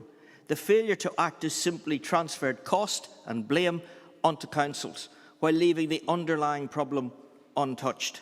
I note the report, but these are issues on which this council is entitled to clear answers. Thank you. I thank you, Councillor McCord. And finally, Councillor Baker. Thank you, Chairman. A lot has been said this evening in the Chamber by a lot of people who haven't actually worked in the children's services, which gives a different complex look on actually how things are performed. We have had a lot of successes. We have had a lot more things that need to be successful. But actually, I'm not going to speak about KPIs apart from one, which isn't in there, which I'll give to Councillor Stratton. But everybody's talking about corporate parents. I'd like to ask you all, what have you done in your ward to help the children that live in the ward that you have been voted to represent? Every single one of you should be out there trying to do initiatives in your local area, as I do, to make a difference in the ward that you live in and help the children that live where you are, which will actually help the Children's Trust. To go back to Councillor Keeble's amendment, 500 nearly pages, I would say, or whatever she said, 400 and whatever, is far too many to have expected anybody to actually read and digest within the period of time that we had. The only people that will have read it will have been those that are actually invested in the children's service. The rest of it is like a book that you might read, a novel. So I do think in future we need to actually look at this at scrutiny first, so that people have an understanding, especially as we have a new council with a lot of inexperienced councillors who need to know the nitty-gritty of this service. The other thing I want to talk about, just to say about the budget, and I do agree that this is getting a little out of hand as time goes on. Every year I've sat on the budget board, up until this year. Every year the Children's Trust bring us their budget. Apart from the first year where we all got a bit excited, you know, we were a new unitary and we said, no, you're not going to have it. Eventually we had to pay it. After that, we paid the amount of budget that they asked for. The time has now come where they have to start reining in the overspend, because we cannot, as councillors... Can you finish, please, Councillor? Sorry. We cannot fix our roads until we've sorted our social care. Can I ask one question? Adopted children who come back into social care at teenagers, that's not in there, and I know that's something that happens. When they get to be tricky, they come back into care. Thank you, Councillor Baker. Right, now I return at the end of the debate to Councillor Michael Stratton so that you can respond to this proposal. Thank you, Madam Chair. Yes, a very good debate, I believe. I've only been in the position as the portfolio holder for coming up to 3 months, beginning of April. And I've taken some time to look at all the different areas, of which there are many. And it is a big, big portfolio to manage, as people keep telling me. Now, I'm going to put two things together here. You may not like it, Councillor Baker. You may not like it, Councillor Shaw. I'm going to put you together a little bit because you're both saying similar things. And you're quite right with regard to one aspect. We're all corporate parents, and the children are first, centre, and last, and they're at the heart of everything that we do, okay? And that's where they should be. This report tries to address a lot of the areas for that. And of course, one of the other aspects that's been brought up in the debate by Councillor McCord is the funding and value for money and value for the pound and how much money is going into it and where we're losing that money and where it's drifting away. And that comes under the statutory direction that we have currently, which we're working with. And looking at all these aspects and where we are with that, it's looking at what's coming forward with regard to the ILACs, Ofsted inspection as well, and trying to address the difference, the divide between North and West Northampton, and get recompense for that drift that we've got on the difference in children that are much older within West Northampton than younger in North Northampton that cost a lot more money. So it should be really the other way around, or 49-51 in our favour. So we look at all those things. Councillor Shaw, safeguarding. Yes, I saw your editorial in the End Live, I think it was, Journal. And as the previous portfolio holder, I would expect you to be totally on top of safeguarding, understand everything that we do within West Northampton is to protect the children, as I say, first, centre and last. And I believe other members of the chamber Councillor Stratton, can you finish, please? I'll finish with this. Other members of the chamber here also contacted us, and we went to the monitoring officer, we went to Child Services, and we put forward that we are adhering to safeguarding the children. So thank you. I thank you, Councillor Stratton. All right. Now we will move to the vote, and once again, Paul Hanson will give us the result. For, against, abstention. Please press your buttons.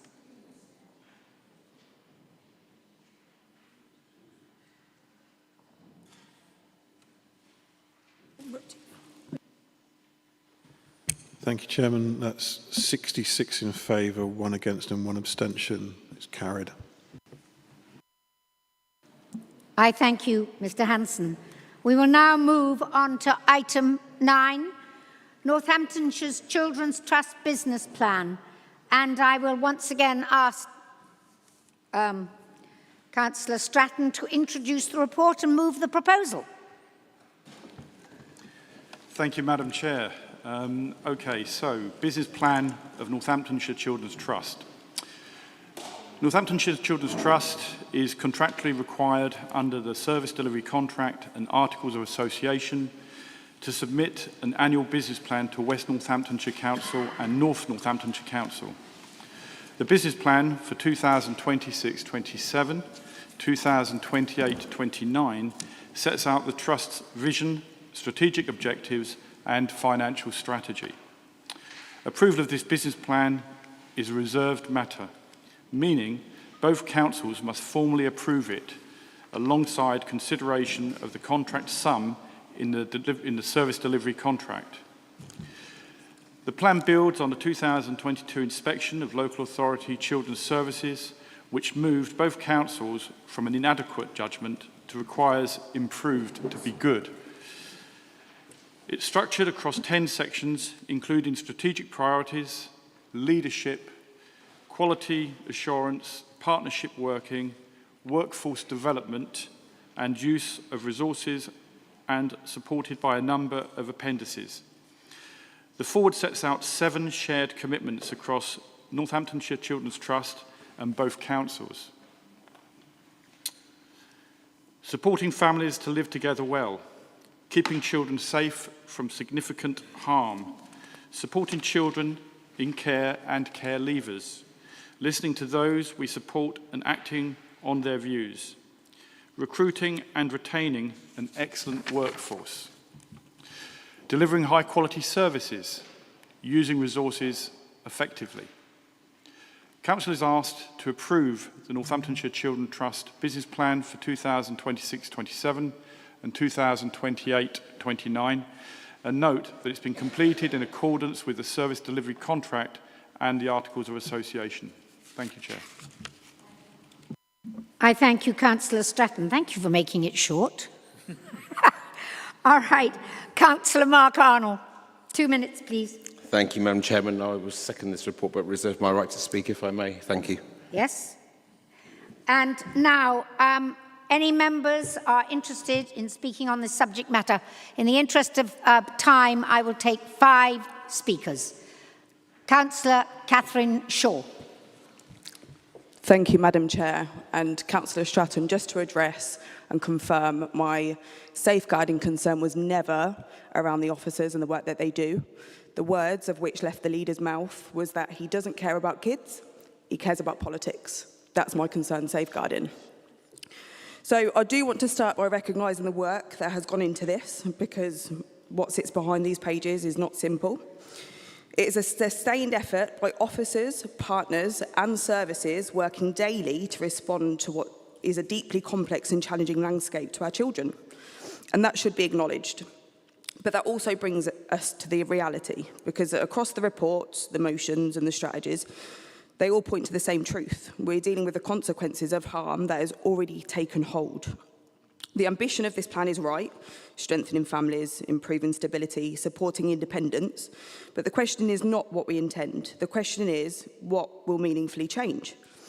Are we doing enough early enough to reduce the need for intervention later? Are we building resilience around children and families before crisis reaches them?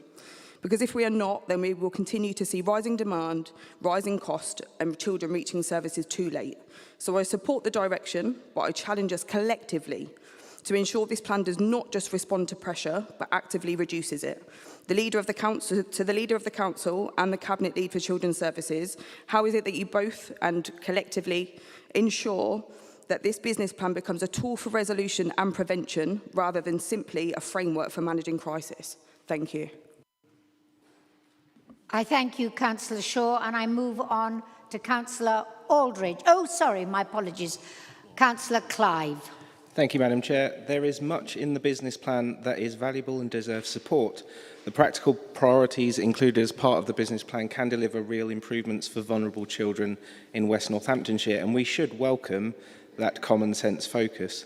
However, we must not overlook sections that risk undermining these worthwhile goals. Elements of the practice toolbox and the equality, diversity, inclusion, equity and belonging strategy, including its anti-racism statement, which extends far beyond what is required by legislation, venture into deeply contested ideological territory. Concepts such as white privilege and elements drawn from critical race theory have no place in a children's service business plan. These ideas trace their roots directly to Marxist thought. Classical Marxism divided society into oppressor and oppressed along class lines. When that economic approach largely failed in the West, thinkers from the Frankfurt School and Antonio Gramsci adapted it, substituting race and culture for class.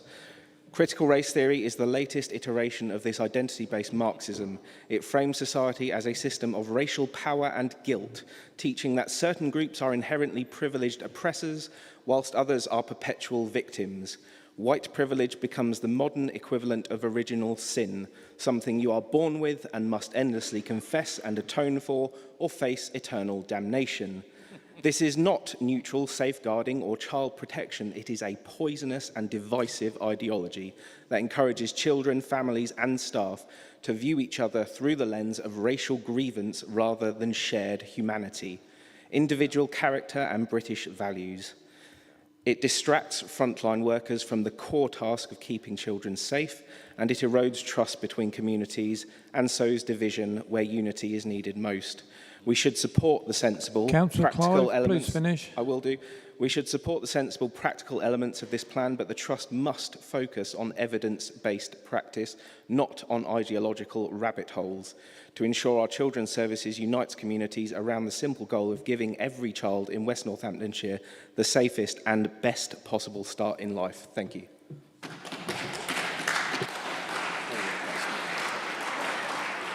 Thank you, Councillor Clive. Councillor Aldridge, please, 2 minutes. Thank you very much. And listening to Councillor Clive and the claps that followed, I would imagine that many people on the other side of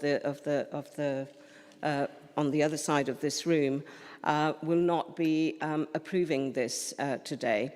However, I'm going to pick up the issues around funding and the complete lack of focus or in any proposals or strategic actions to address the legacy and patterns of overspend over the past 4 years.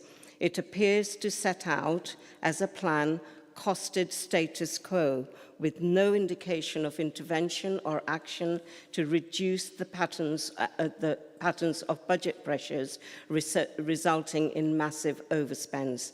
For example, one of the key issues that's been mentioned previously is the cost of commissioning and placements from private and independent organisations. I would have expected the business plan to identify active strategies to minimise these pressures. And finally, there is the issue of accountability.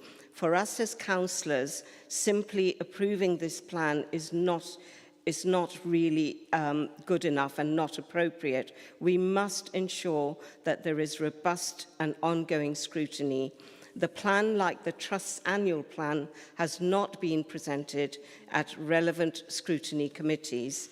I do recommend that this is done before the Council is simply asked to approve this plan. So I think that's a key issue in terms of approval of this particular plan. Thank you, Chair. Thank you, Councillor Aldridge. And now I move on to Councillor Baker.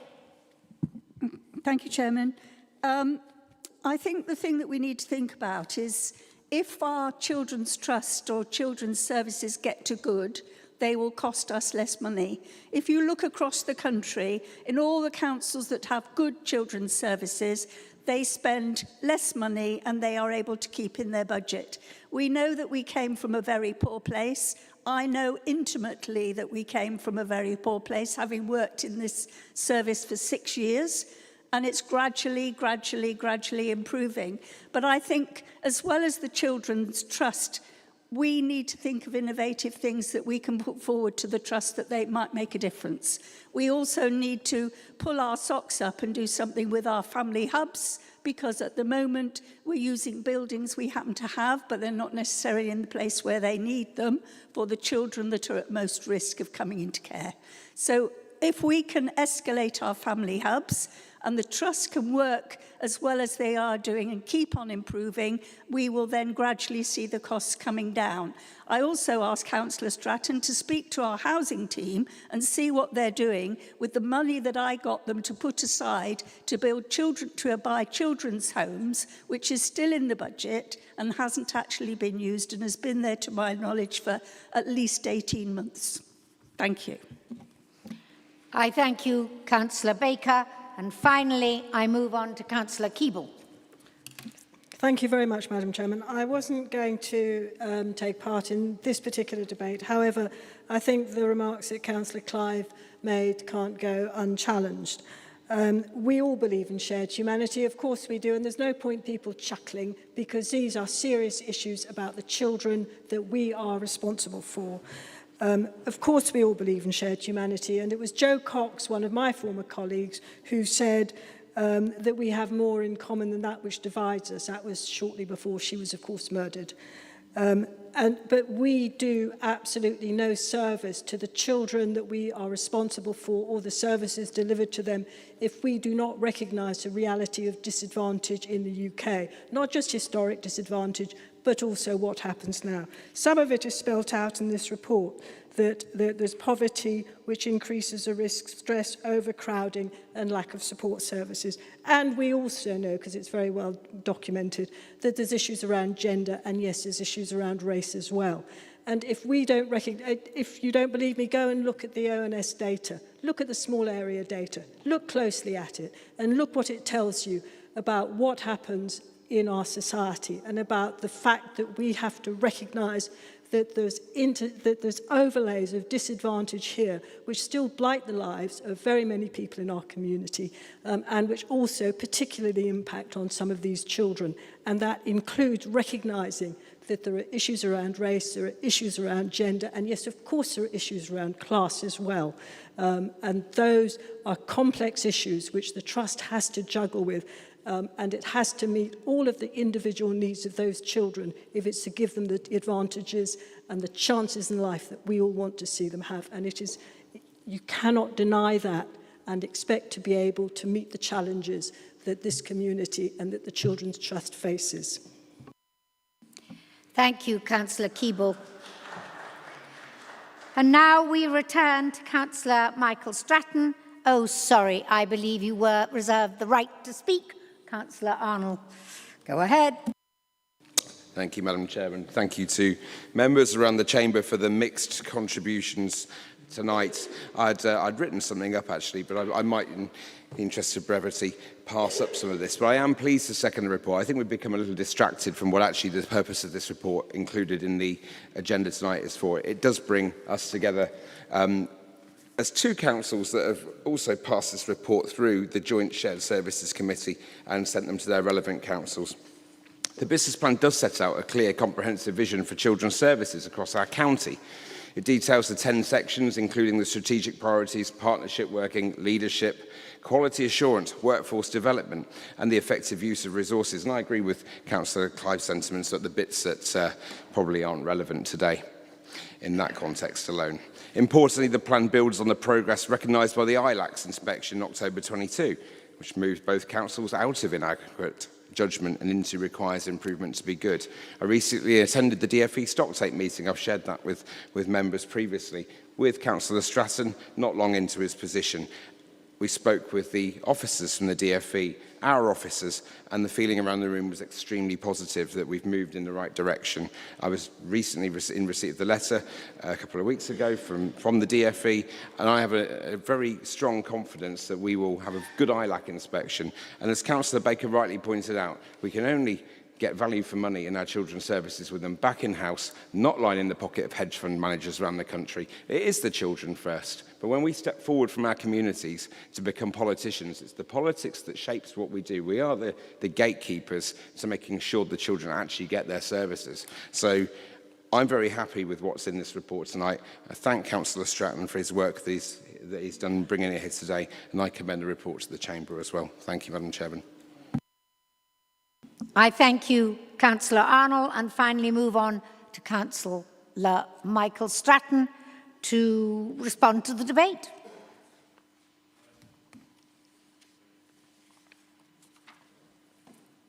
Okay. Sorry about that. Thank you, Madam Chair. Yeah, it was a very good debate, very healthy, I thought. And I'll say again that it's about being balanced and objective. And, you know, the objectiveness within everything. And, you know, Councillor Shaw, I'm pleased that you agree with the plan and you're going to support the plan. And I accept the challenge as well that you put forward. And with regard to the challenge, my door is always open, Councillor Baker, and any members within the House that have solutions or loads of fun ideas for me to make things better and easier, they're welcome to come and call on me and we can sit down and have a conversation. Okay. I'm trying to find my notes regarding some other aspects that we discussed. But yeah, okay. So the other thing was Councillor Clive, thank you very much for your support and highlighting a number of the positives within the business plan. And, you know, with regard to some aspects, there are elements that are derogatory within the EDI statement, which for balance, as I say, being balanced, being objective, Councillor Keeble, I understand how you feel about certain aspects of what was said across the other side of the chamber. But I don't believe white privilege exists. And I found that quite offensive. I found that quite offensive. And I'm sure a lot of my colleagues did too. And so for the balance and the balancing objectiveness of this plan, I have to look at it on merit and say, do you know what? Yes, that wasn't good to have that in the report. However, the business plan stands. Thank you, Madam Chair. I thank you, Michael Stratton. And now we'll turn to the vote, please. I'll once again invite Mr. Hanson to read the numbers. But in the meantime, for, against, abstentions.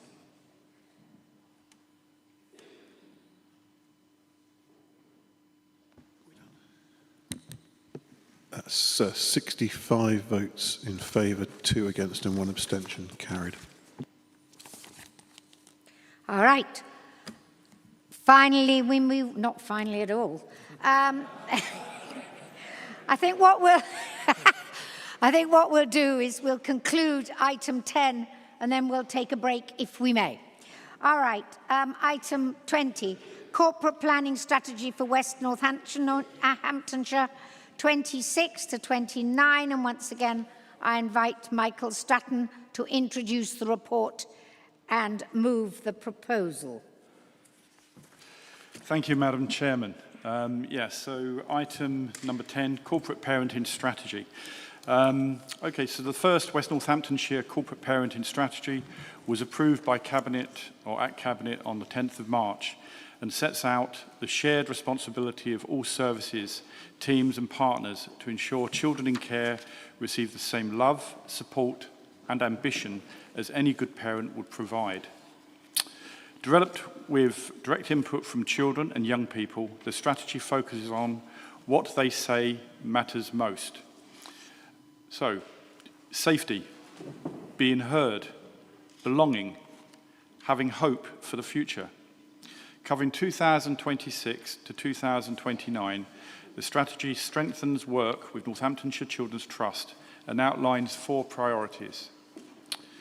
Building young people's resilience, supporting their health and well-being, helping them achieve their potential, and ensuring they live safe, connected lives in their communities.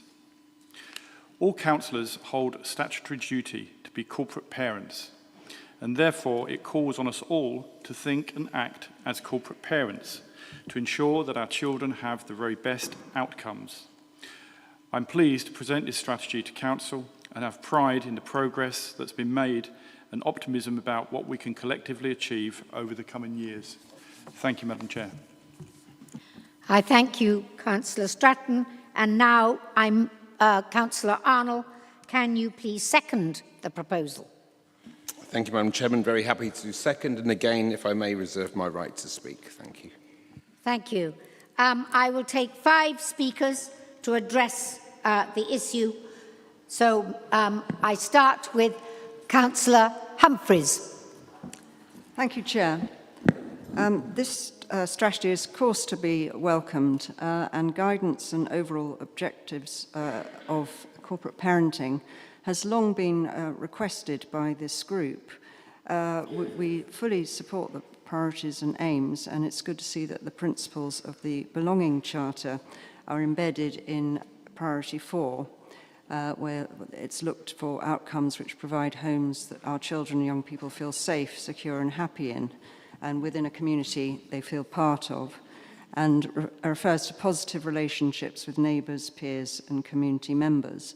But could I make a plea, please, for reliable and timely information as to children's trust initiatives that do impact on on our effectiveness as corporate parents for members, because I have to say it's the first I heard of the Care Experience Pledge within this strategy. And there are measures in that which every member can participate in. I'll just remind members of what they are. You can pledge to offer work experience, apprenticeships or employment opportunities, provide discounts or donations, sponsor a starter pack for a young person, share your skills of mentorship, or offer well-being or leisure opportunities. I've not been aware of any comms for that or sharing to members. I very much welcome it. And as I say, please let us know when further initiatives take place. Thank you. Thank you, Councillor Humphreys, and I move on to Councillor Ishmael. Thank you, Madam Chair. And the Labour Group very much welcomes this strategy, which is a chance for us as councillors and as corporate parents to make a difference to the lives of some of the most vulnerable children in our community. Oh yeah, okay, sorry. Corporate parenting is a responsibility that sits with every one of us. One of the most important responsibilities we have as councillors. This strategy must focus on outcomes, not just intentions. We need to see children in care, thriving in education, supported in their mental and physical health, and growing up in stable, loving environments where they feel a genuine sense of belonging. Stability is not a luxury, it is a fundamental. Reducing placement moves and increasing local provision must be a clear priority. There are 2 points I want to specifically highlight. One is the need to be honest about where the system is tested most. One key area is support for the caregivers. If we are serious about corporate parenting, then our commitment cannot stop at 18. We must ensure every young person leaves care with a clear pathway into education, employment, and secure housing so that they are set up for life. The other is the importance of listening to the children. It's highlighted in some parts in the report. We need to listen, we need to engage. We therefore support Councillor Ishmael, can you finish, please? Thank you. We therefore need to support this strategy and encourage proper partnership working, strong leadership and careful implementation to ensure it delivers meaningful and lasting improvements for our children and young people. Thank you, Madam Chair. Thank you, Councillor Ishmael. Councillor Ashraf. Thank you, Chair. The report speaks of ambition, stability and belonging. As corporate parents, this strategy suggests we are providing children with the very best. However, a strategy is only as good as the life it changes. While we talk about belonging, the reality for nearly half of our children in care is a placement miles away from their home, their school and their siblings.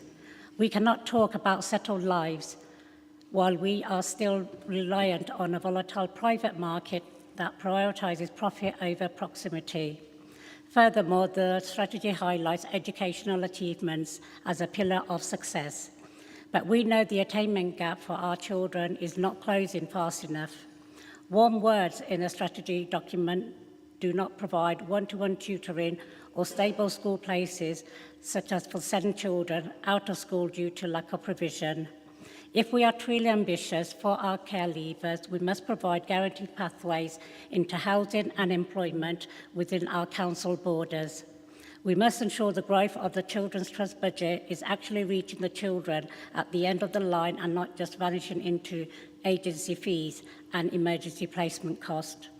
Of the key performance indicators mentioned in this strategy, which 3 specific merits will the administration use to prove to this council in 6 months' time that the lived experience of our children is actually improving, and commit to publishing a transparent corporate parenting scorecard for every member of this chamber to review quarterly? Thank you.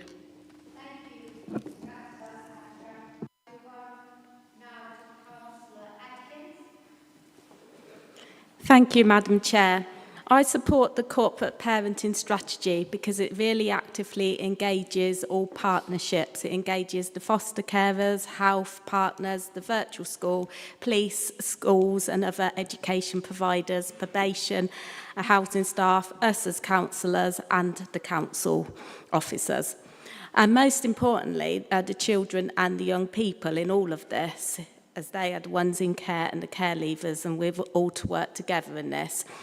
We as councillors share the responsibility, as has been echoed many times tonight in this meeting, and this corporate parenting responsibility is not to be taken lightly.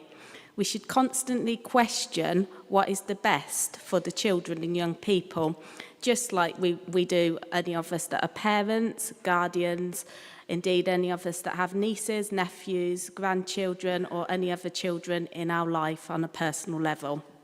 The strategy highlights the voice of the child as being the most crucial factor. It's for every child, young person in care and care leavers. What matters the most is listening and acting upon the children's feedback to produce the best start in life and outcomes for all. Knowing the children have the support around them and they are not alone fosters a sense of belonging, which brings confidence and resilience, one of the top priorities. None of this, of course, can be built without time. Time builds trust, and as councillors, this is something we can all consider. This is what the youngsters, and I do sit on the corporate parenting board and I'm privileged and honoured to do so, and I've met some of the youngsters in care through the board. This is what the youngsters have told us time and time again, and having had conversations with some of the youngsters, it is evident and key. Can you finish, please? The strategy, yes, sure. The strategy reaffirms our commitment to making meaningful, positive impact together by keeping the children and young people at the centre of all that we do. Thank you. Thank you, Councillor. And now I move on to Councillor Catherine Shaw. Thank you, Madam Chair. I want to start by saying I take genuine pride in this strategy because I had the privilege of being part of the conversations that shaped it, working alongside young people, officers and members across this chamber to build something that reflects what our children actually need. And that matters because this isn't just another document, this is a statement of who we are as corporate parents. Every single one of us in this room holds that responsibility, because the children in our care are not cases, they are our children. And this strategy is clear. It is about the safety, stability, and giving children the opportunity to thrive.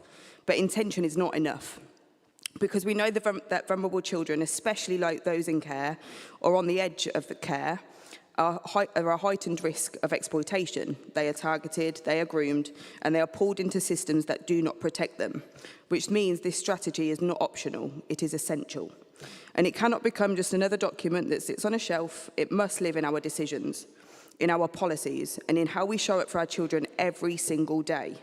Because being a corporate parent comes down to one simple question: would this be good enough for my own child? And if the answer is no, then it is not good enough. So yes, I am proud of this strategy, but pride is not the end point, responsibility is. And I'll end with this, again, to the leader of the council and the cabinet member for Children's Services and Education.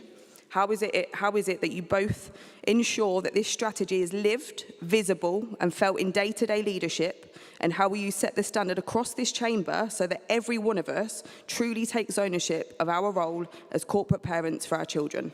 Thank you. Thank you, Councillor Shaw. And finally, Councillor Baker. I think you've got this position as finally, Madam Chairman. Thank you. I want to sort of set the corporate parent. I fully support the corporate parenting strategy, but I want to outline the fact that you are not expected to take a child in need or in care home with you tonight. You have a arm's length responsibility. So actually, in order to look at this arm's length responsibility, there will be things in there that you can do.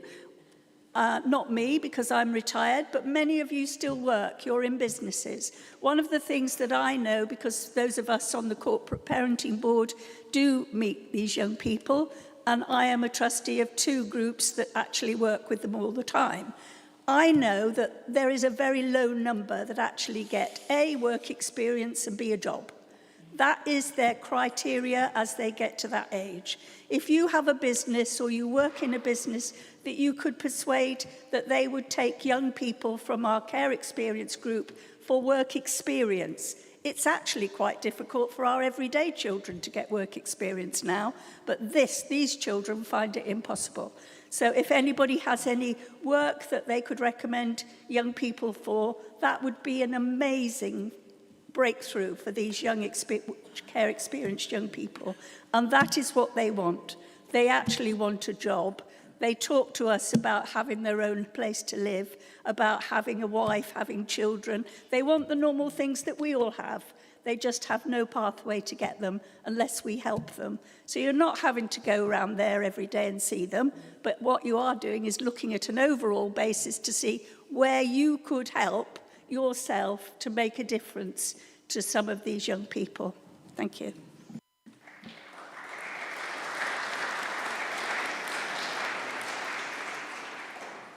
Thank you, Councillor Baker. Really well said.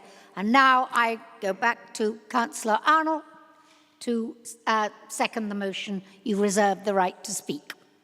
Thank you, Madam Chairman. I most certainly did. Thank you, Councillor Baker. Really excellent points there. And as I always say, our politics started on the streets when we started knocking doors and telling people we wanted to be elected to office. And it goes back to life on the street when we deliver for our residents day to day.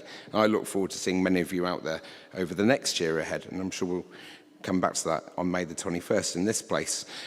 Just to Councillor Baker's point, I'm aware that we're working on a toolkit for members to raise awareness for corporate parenting responsibilities across this chamber and beyond. I know that Councillor Stratton will pick that up with Melanie Barnett, our DCS, in the coming days, possibly the end of this week, and that should be circulated to you all very soon. So let's go back to the report, because that's what we're here to vote on. I'm pleased to second this corporate parenting report today. It's a strategy that speaks at the very heart of our responsibilities as a council and the very things that we do.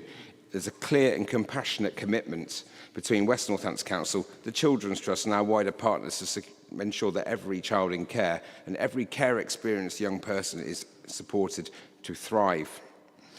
This looks at 4 key priorities, and they're embedded in everything that we do around the organisation: to develop resilience, to enjoy good health and well-being, to fulfil potential and to live safe and be safe. And we've got a motion coming up where that's ever more important later on. The priorities reflect exactly what our young people say matter the most: stability, being heard, being supported, having a real chance to build independence and gain fulfilling lives. So we have a common duty to support in everything that we do for our entire terms of office and beyond, if we have the time. As Councillor Baker said, many of us have given up jobs in holding office. Many people still work, have businesses, have lives, and some are retired. Collectively, we can do this together, cross-party, around this chamber. And I personally enjoy seeing many opposition members at civic events and things in the community, sometimes in this place and others. And I look forward to seeing you at further events throughout the year. So, Madam Chairman, this report isn't just a set of commitments for this place, it's a promise. It's a promise that as corporate parents, we will offer the same love and care and high aspirations that any good parent would for the love of their own child. And for these reasons, I'm going to second this report tonight and support the implementation of the strategy that puts children and young people firmly at the centre of everything we do. Thank you, Madam Chairman. Thank you, Councillor Arnold. And now, finally, I ask Michael Stratton to respond to the debate. You have 2 minutes. Thank you, Madam Chairman. Thank you for that, Mark. I'd like to acknowledge the work and dedication that the officers, carers, partners and volunteers of Northamptonshire Children's Trust put forward, and also collaborating with West Northamptonshire's Child Services and the hard work they do too, to ensure that all the children and young people across West Northamptonshire feel valued and supported and get the best life experience that we can offer them. There's a number of questions that were raised. I'm not going to go through every single one. Obviously, acknowledge that, Councillor Shaw, proud of the strategy, and it's essential strategy she's going to vote for. Thank you for that support. I appreciate that, and you're absolutely right about the children. It's about the children. Councillor Baker as well, about the situation with jobs and work experience. I have a grandson who's 17 and he just got his first job, part-time job, so credit to him as well. All the support from my own party, from Councillor Adkins, and I'd like to come back to Councillor Ishmael as well, regarding on you welcome the strategy and focusing on outcomes for thriving and stable homes. That's something that we're looking to do. And I was at a reverse corporate parenting board meeting last week, and a few members in the House were at that meeting too. A reverse meeting is where we allow the children, the young people, to take over as chair of that meeting. And it was good to have their voice, having them lead the meeting and tell us exactly what they want and how they feel listened to by the people within care that manage them. So it's quite enlightening. But as we say, we're all corporate parenting, we're all corporate parents. We should all take control of that and get involved with young people. So thank you. Thank you, Madam Chair. Thank you, Councillor Stratton. And finally, we can now proceed to the vote. For, against, abstentions.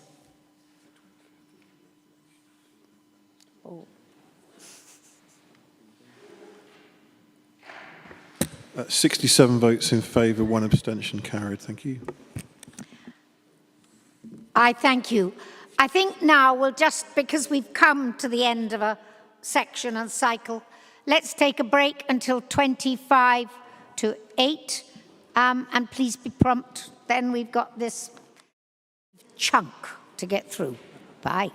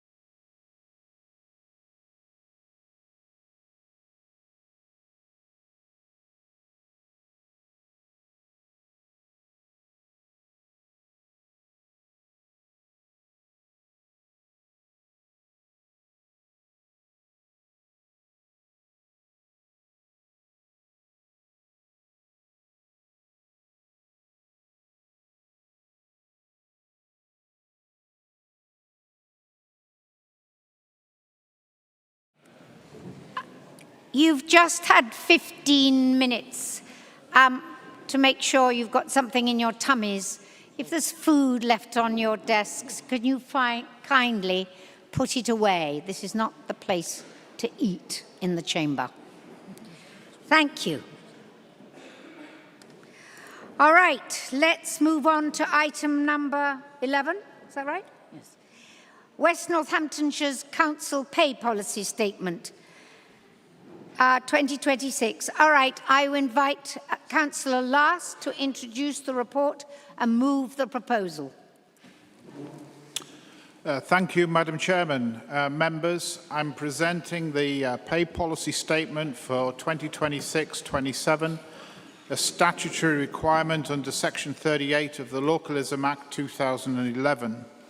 This statement must be approved and published annually, and it sets out how West Northamptonshire Council determines pay for its workforce, particularly senior officers, our lowest paid employees, and the relationship between the two. Purpose and scope. The pay policy covers the period of 1st of April 2026 to the 31st of March 2027. It applies to all WNC employees except schools and does not set or change pay. It explains current policy transparently as required by law. Key principles. The statement outlines 1.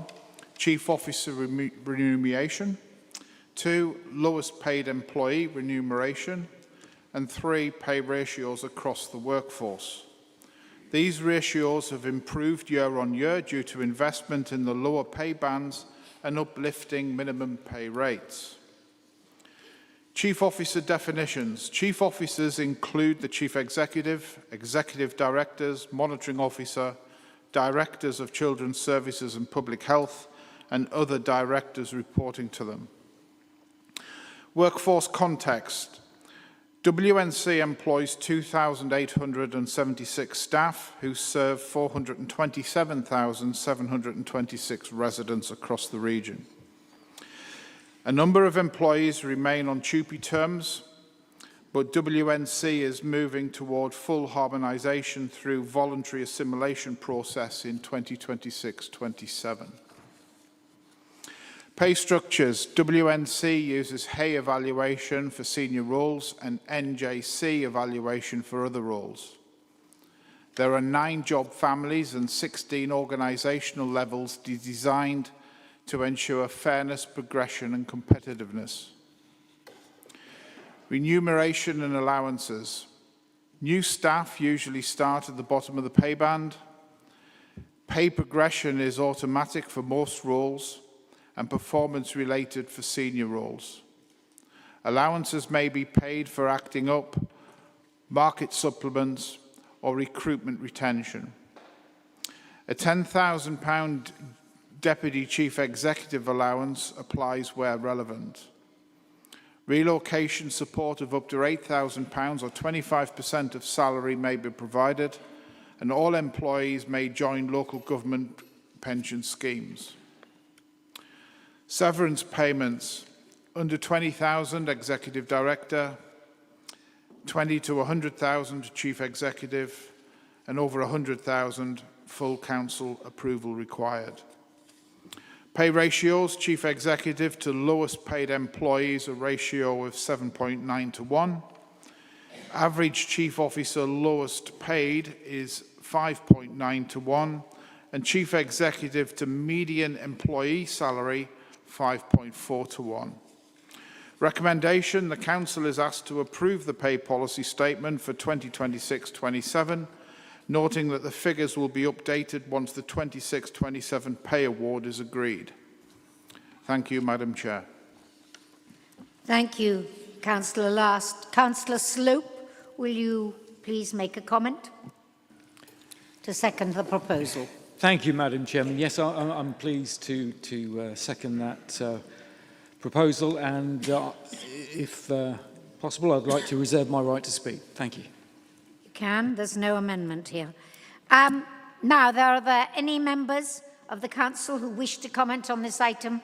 I will take 4 councillors speaking, please, starting with Councillor Coos. Thank you, Madam Chair. In line with Section 38.1 of the Localism Act 2011, this pay policy statement for 26-27 clearly sets out our approach from highest to lowest paid colleagues and is an important part of this administration's commitment to fairness and responsible leadership. It also demonstrates how we value and remunerate our workforce. That was a tough one to say. I am particularly pleased to see continued improvement in our pay ratios, as this reflects deliberate investment in our lower pain points and recognition that our frontline workforce is the backbone of our statutory services. In adult social care and public health, where recruitment and retention challenges are well known, fair pay is essential to sustaining safe and high-quality care for our residents. As corporate parents, we owe it to our residents to safeguard safe practice, and that means equity in pay.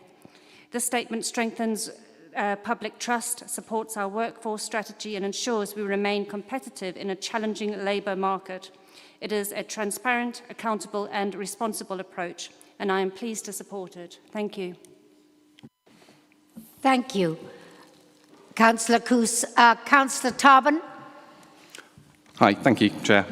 Just to remind our councillors that this document does not only push through a pay increase for council staff, but it by default pushes through an increase in councillor allowances. Our council staff deserve every penny we can find. They work hard and help keep this authority running, making the best of the limited resources on offer to them. But do councillors really need an increase in allowances? I'd definitely say that we don't. By removing the increase to councillors' allowances, a small but useful amount of money could be saved. Money that would have had many better uses serving the public. A saving that I'm surprised Reform seem to ignore given their narrative but not practice on reducing waste and saving residents money. It disappoints me that Reform decided to ignore many sensible and costed budget amendments down to what I assume is their own political pride. If they had listened to one of the Lib Dem budget amendments, for example, they could have removed this 2% increase and also some of the hefty extra allowances given to chairs of committees. We should, as councillors, be setting an example and putting money where it could actually make a difference. Thank you. Thank you, Councillor Tarbin. Is there anybody else who would like to address from the floor? If not, then in that case, Councillor Slope, you reserve the right to speak. Yes, thank you, Madam Chairman. I'm pleased to support this pay policy statement for 26-27. Disappointed, but rather expected from Councillor Tarbin. We want to encourage people, good people, to become councillors and to do the work. And I suppose if you put all the effort in, you deserve the pay that comes your way. If you sit in the sidelines and snipe, then perhaps you don't deserve it so much. And if you feel that way, perhaps hand that money back. But that's entirely up to you. But we've seen that before. But what I would say is that this statement highlights the complexity we've inherited, particularly the multiple pay structures following the TUPE arrangements. The ongoing work to harmonise terms and conditions is essential, not only for fairness, but for building a more cohesive and efficient workforce. Crucially, this policy reinforces that pay decisions, especially at senior levels, are subject to proper oversight and democratic accountability. That's exactly what residents expect of us. In short, this is a sensible, compliant and transparent policy. It supports fairness for staff, clarity for residents and good governance for the council, and I'm happy to support it. Thank you.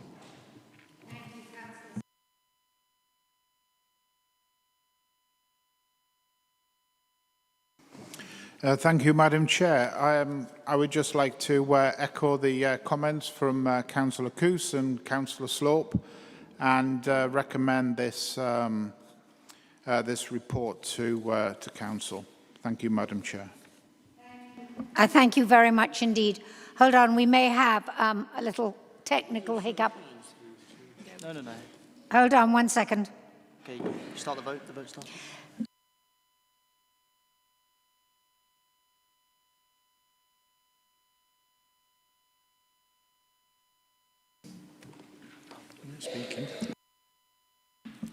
It's all right, we are on track, but we're just counting. Paul, would you like to announce? I can confirm 62 votes in favour, 1 abstention and 1 rejection. The vote carried. Thank you. Well done. We got through that one in a dose of salts. Let's move on to item 12, the annual report of the Democracy and Standards Committee. I invite Silas Hayes to introduce the report and move the proposal. Thank you, Madam Chairman. Before I begin, I'd like to formally present the Democracy and Standards Committee Annual Report 2025-26 to the Council. This has been a year of thoughtful challenge and real progress. At its core, the committee exists to safeguard how this Council operates, ensuring that our governance is sound, our decision-making is transparent, and the standards we expect of one another are upheld. But if there's one thing I've tried to emphasise throughout the year, it is this. Standards are not just about rules, they are about culture. From our very first meeting, I asked members to leave party politics at the door and focus instead on what is best for the residents of West Northamptonshire. And I'm proud to say that even where discussions have been robust, and they have been, they have also been respectful, constructive and genuinely cross-party. One of the most important achievements this year has been the establishment of a cross-party constitution review task and finish group. Now, constitutions are not always the most exciting topic, but they are one of the most important. They define how we operate, how we make decisions, and how we hold each other to account. What mattered most to me was not just what we reviewed, but how we reviewed it, and hopefully we'll continue to review it. Trusting that party politics would be left at the door, we voted for a numerically balanced working group over a publicly voted representation, with open dialogue and with a shared commitment to fairness and transparency. That is cross-party working at its best. The committee has also had the privilege of playing a role in recognising service to this council. During the year, we hosted the selection process for the honorary alderman, which was then celebrated at full council. It was a reminder that, beyond our day-to-day business, there is also a responsibility to acknowledge the dedication and contribution of those who have served our communities over many years. And we've heard from one of our aldermen today. We've also kept the Nolan principles front and centre in everything we do. Selflessness, integrity, objectivity, accountability, openness, honesty and leadership. But this year we have deliberately added one more word to that list: respect.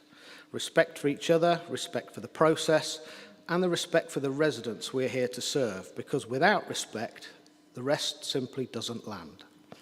The committee has also overseen ongoing improvements to member development and training, continued oversight of code of conduct complaints, strengthening the role and recruitment of independent persons, and engagement with national work on improving the standards framework. All of this contributes to a stronger, more transparent and more accountable council. So, Madam Chairman, I'll close with this. Standards are not tested when things are easy. They are tested in moments of pressure, disagreement and challenge. It is in those moments that how we behave matters most. If we can continue to work across party lines, challenge constructively and treat each other with respect, even when we strongly disagree, then we will build not just a well-governed council, but a credible one. And that is what our residents expect of us. Many thanks go to all members of the committee, periodic visits by very passionate councillors, our independent persons and our officers for their professionalism support over the past year. I look forward to continuing this work in the year ahead. Madam Chairman, I commend the report to Council. Thank you. Thank you, Councillor Hayes. And now, Councillor Gillieva to second the proposal. Thank you, Madam Chairman. I'm quite happy to second this report and would like to reserve the right to speak. Thank you. I thank you. And now, ladies and gentlemen, I'll take 4 people to speak from the floor. At this moment, I have Councillor Arnold who would like to address the floor, please. Oh, thank you, Madam Chairman. I didn't expect to get first. There Well, we you go. did. I did. Press the button first. I did, fastest finger. There we go. Just a very quick piece of input from me, just drawing back to the LGA Corporate Peer Challenge I did in Lancashire, I mentioned earlier, that culture is everything in a council, and doing a peer review of a county council with 80-odd members and a majority administration in my group was a wholly different thing for me. And one of the things I did have the privilege of doing was engaging with opposition parties in the northwest of England, a select group of independents, all of former previous party colours in the main, a few independents, and it was very, very interesting. So a period of reflection for me to bring back what I heard up there and what I will bring back and help shape the culture of this council in its forward direction. Thank you very much, Madam Chair. Thank you, Councillor Arnold. Councillor Bob Purser. Thank you, Chair. On behalf of the Labour Group, I'd want to thank the committee for their work this year, thank the officers for their patience and often endurance at some of the meetings, and also welcome the Chair's focus on the Nolan principles. I think it's very welcome. My one question is, can we just think about, in the report for next year, recording the number and nature of code of conduct complaints so we can monitor those and detect any trends? I realise this applies to parish councils as well as this authority, but I think it would be useful for us to be able to monitor that and identify trends. Thank you, Chair. I thank you, Councillor Purser. Now I invite Councillor Aldridge to speak. Thank you, Madam Chair. As the Lib Dems group, we would also like to thank the group for their hard work and the positives that have been conveyed by Councillor Hayes around cross-party working to get the conversations and discussions going and dealing with any differences that they may be. So we would like to thank the group as well. Thank you. Thank you, Councillor Aldridge. And finally, Councillor Ian McCord. Thank you, Madam Chairman. I've just got about 3 points that I want to make. One, my annual request that this committee is taken out of the political balance, which would actually then allow true cross-party working and allow everybody from all parties and none to have a place on the committee. I've made the point many times, and I'll continue to make it. My second request is there any update as to where we are? There was a fleeting mention in the report on the new standards regime that we're expecting from government. And I'm somewhat concerned that we'll be going back to the future of the Standards Board for England and a gummed-up system that produced. And I'm also particularly concerned about the provisions within that will allow members to be suspended. Because I think it'll encourage a number of strategic complaints. Let's say there's an election in May, and if you are suspended in February, will you be allowed to stand or eligible to stand at that election in May? And that really concerns me, that it'll be used and abused by political opponents of all colours on their opposite colours in order to take people out in a strategic way. And you haven't thought about that? Okay, well... I can see Charlie be putting the complaints in. And then on the subject of complaints, whilst there are many, the nature of them, there's an awful lot of them, I think, that are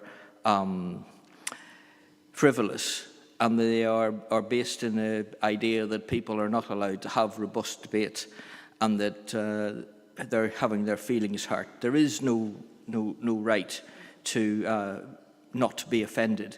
And there certainly ought to be a much stronger provision on the rights of free speech, that we can all say whatever we want within the confines of the law, but that doesn't then mean that we end up getting many complaints, arguably vexatious, just because somebody's hurty feelings. Thank you.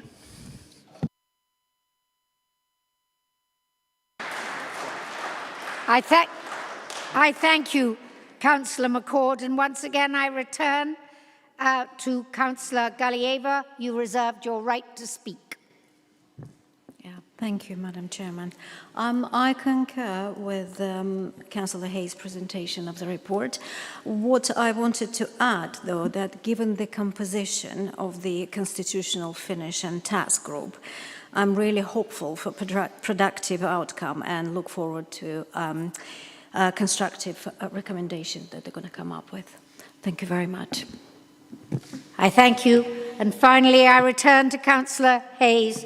Could you close out with comments? Yeah, thank you, Madam Chair. There's nothing I hate more when I'm driving and I offer thanks for somebody that's let me out when they don't thank me for my thanks. So I'm going to say thank you for the thanks. It's greatly appreciated. Noted the note of the Code of Conduct. Let's get some statistics in there for next year, definitely. The Nolan Principles, yes, but in answer to part of your question, Bob, we noticed that the parish councils had so many complaints, and there was one key word that kept coming up, and it was none of the Nolan Principles, it was a lack of respect, which was why we decided to add not only the Nolan Principles to the back of our name tags, but that key word respect. So, can we continue to please be respectful to everybody? Challenge, by all means, free speech, by all means, but let's please be respectful. Let's not be so hurtful. I think that I'd just like to, again, thank Ian for all of his enthusiasm coming to our meeting and really driving forward the changes that needed to be made with planning, inciting the whole committee to also share their pain with regards to planning. And as a result, of course, all of the comments Ian kindly put forwards are now being discussed and put forwards for change in our constitution. And that's it from me. So thank you very much. I commend the report. I thank you, Councillor Last, and now we'll carry to the vote. But I must say, I like the use of the word respect. Thank you.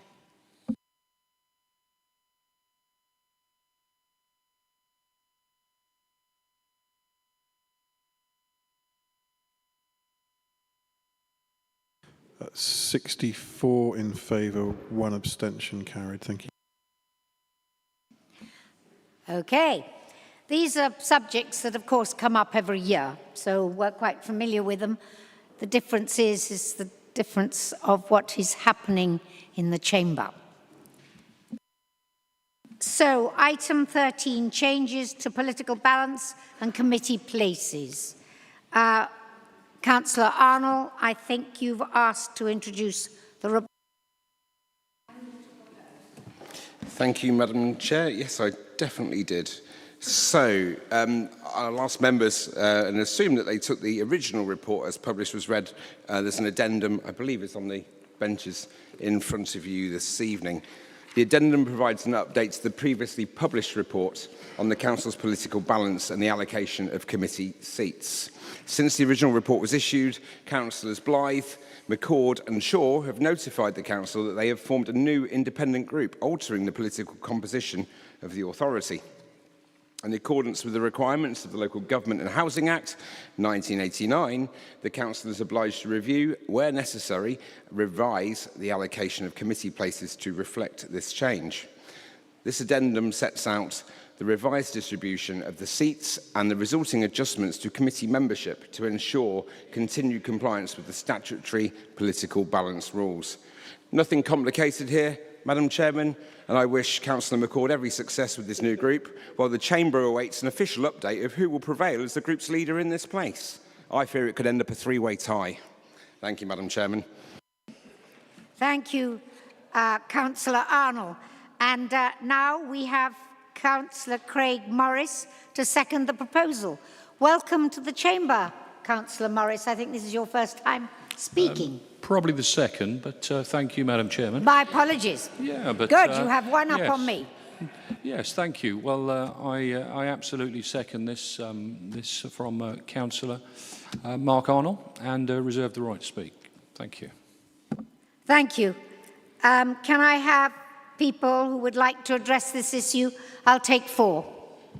At this moment, Councillor Tolley. Thank you, Chair. Since May 2025, Reform UK seem to be setting new records for councillors not wanting to be in their party, with the recent departures of 2 WNC Reform councillors now making the 62nd and 63rd total resignations and defections from Reform groups across the country within the last year. I know Reform have currently taken their membership tracker off their website. Perhaps they should replace it with a tracker noting the number of lost councillors. If you were to keep track of the total, I believe it now stands at 65, with recent losses in Walsall and Hertfordshire. From what we are hearing, allegedly unpleasant working environments in reform groups are not just restricted to West Northants.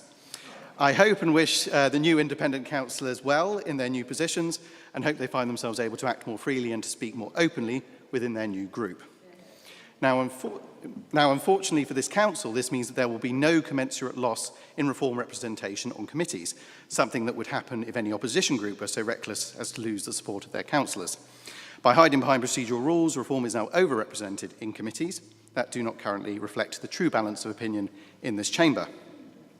It seems as well that any changes now made will likely be needed again soon, as mentioned in the report and by Councillor Arnold. Other important developments are happening in May. Who knows, by then the tracker could have ticked over even further. It was Harold Wilson who said a week is a long time in politics. Had he known Reform UK, I think he would have thought that an understatement. Their councillors seeming to have a shorter shelf life than Liz Truss's lettuce. I thank you, Councillor Tolley. Do I have anybody to speak from the floor? If that's the case, then I return to Craig Morris. You reserve the right to speak. Yes, I did. Thank you, Madam Chairman. Really just a short comment, really, for Councillor Stuart Tolley. Never let the truth get in the way of a good story. Thank you, Madam Chairman. I thank you. And now I return to Mark Arnold to respond to the debate. Thank you, Madam Chairman. You'll be pleased to know I've got nothing further to add. The report is commended to the Chamber. Thank you. Thank you. Short, sharp, sweet. All right, to the vote. And maybe Mr. Hanson can give you the figures in due course.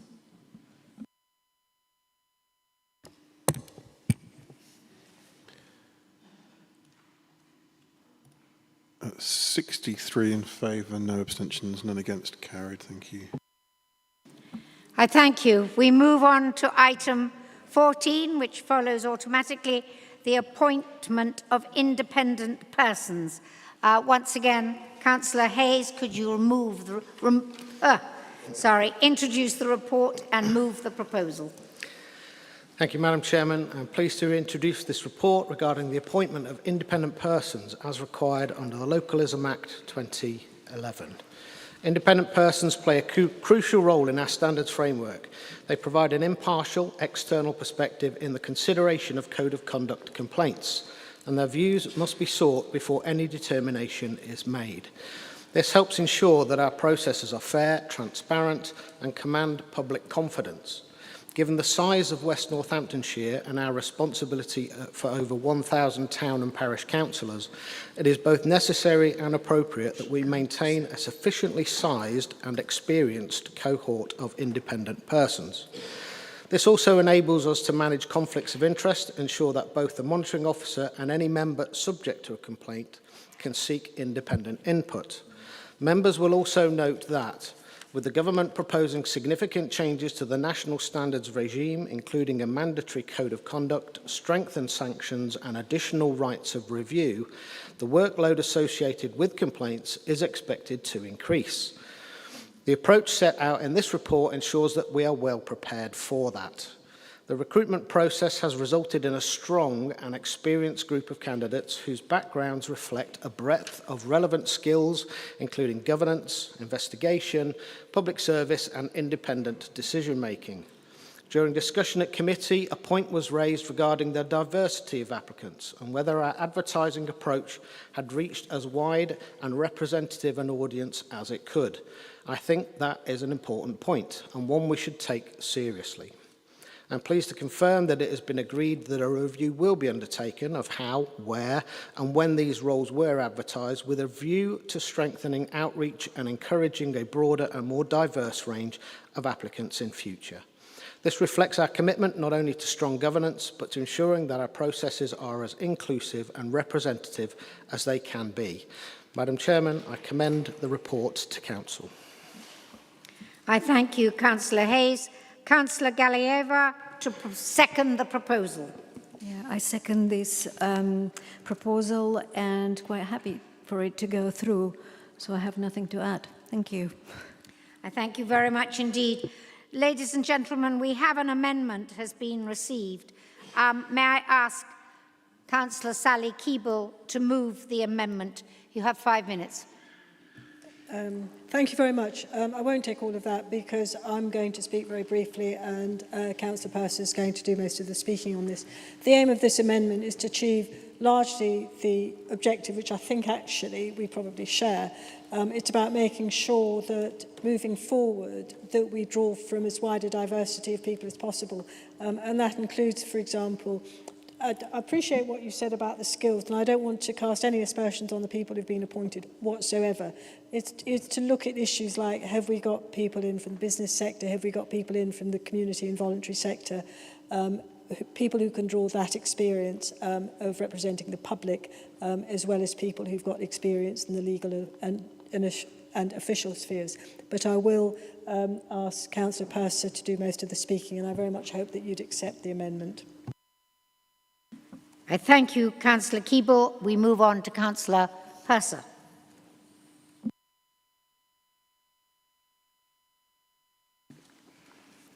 Thank you, Chair. And I will labour the point because I think there is an issue of gender here. And as councillors, we have a role, and it's an important role, in challenging conscious and unconscious bias when it appears. And I think here we either have conscious bias, which is sad, or we have unconscious bias, which is worrying and important. The question must be, in the whole of West Northamptonshire, are there not many women, suitably qualified and experienced women, who could have filled places on this Code of Conduct panel? It's important that we have a balanced panel. When women are seen, their perspectives shape decisions, they shape culture, and they shape opportunity. Ruth Bader Ginsburg emphasised that women should not be exceptions in places where decisions are made.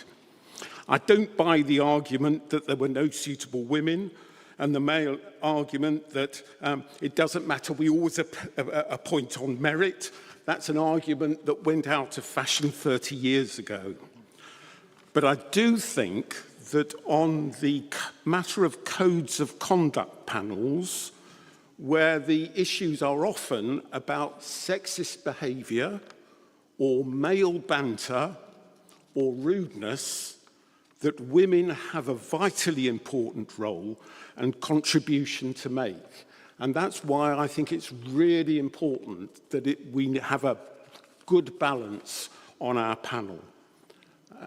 I therefore second this motion. Amendment. That is right, an amendment. And ladies and gentlemen, remember, amendments are not subject to debate. So, therefore, I return to Silas Hayes, Councillor Hayes, to reply to this amendment. Thank you, Madam Chair. As I said in my opening address, we have already initiated some action to continuously improve, look at exactly what we did, what we didn't do, and learn from that for the future. But I am slightly perplexed. You speak as if there were no women applicants and there was no non-accepted. Kate Williams has got a 4-year appointment, so at least 25% of the new ones, are made up of women. So just wanted to say that. But yes, we will strive to continuously improve. And that's it. I commend the report to the council. Oh, yeah, I reject the amendment, sorry. I actually invite Sally Keeble to also reply to that before it is commended.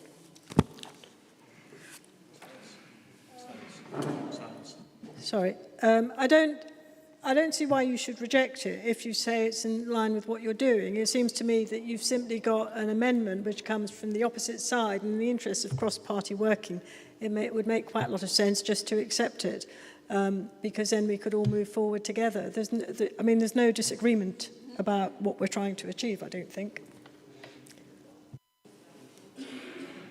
I thank you, Councillor Keeble. We will now put this to the amendment to the vote.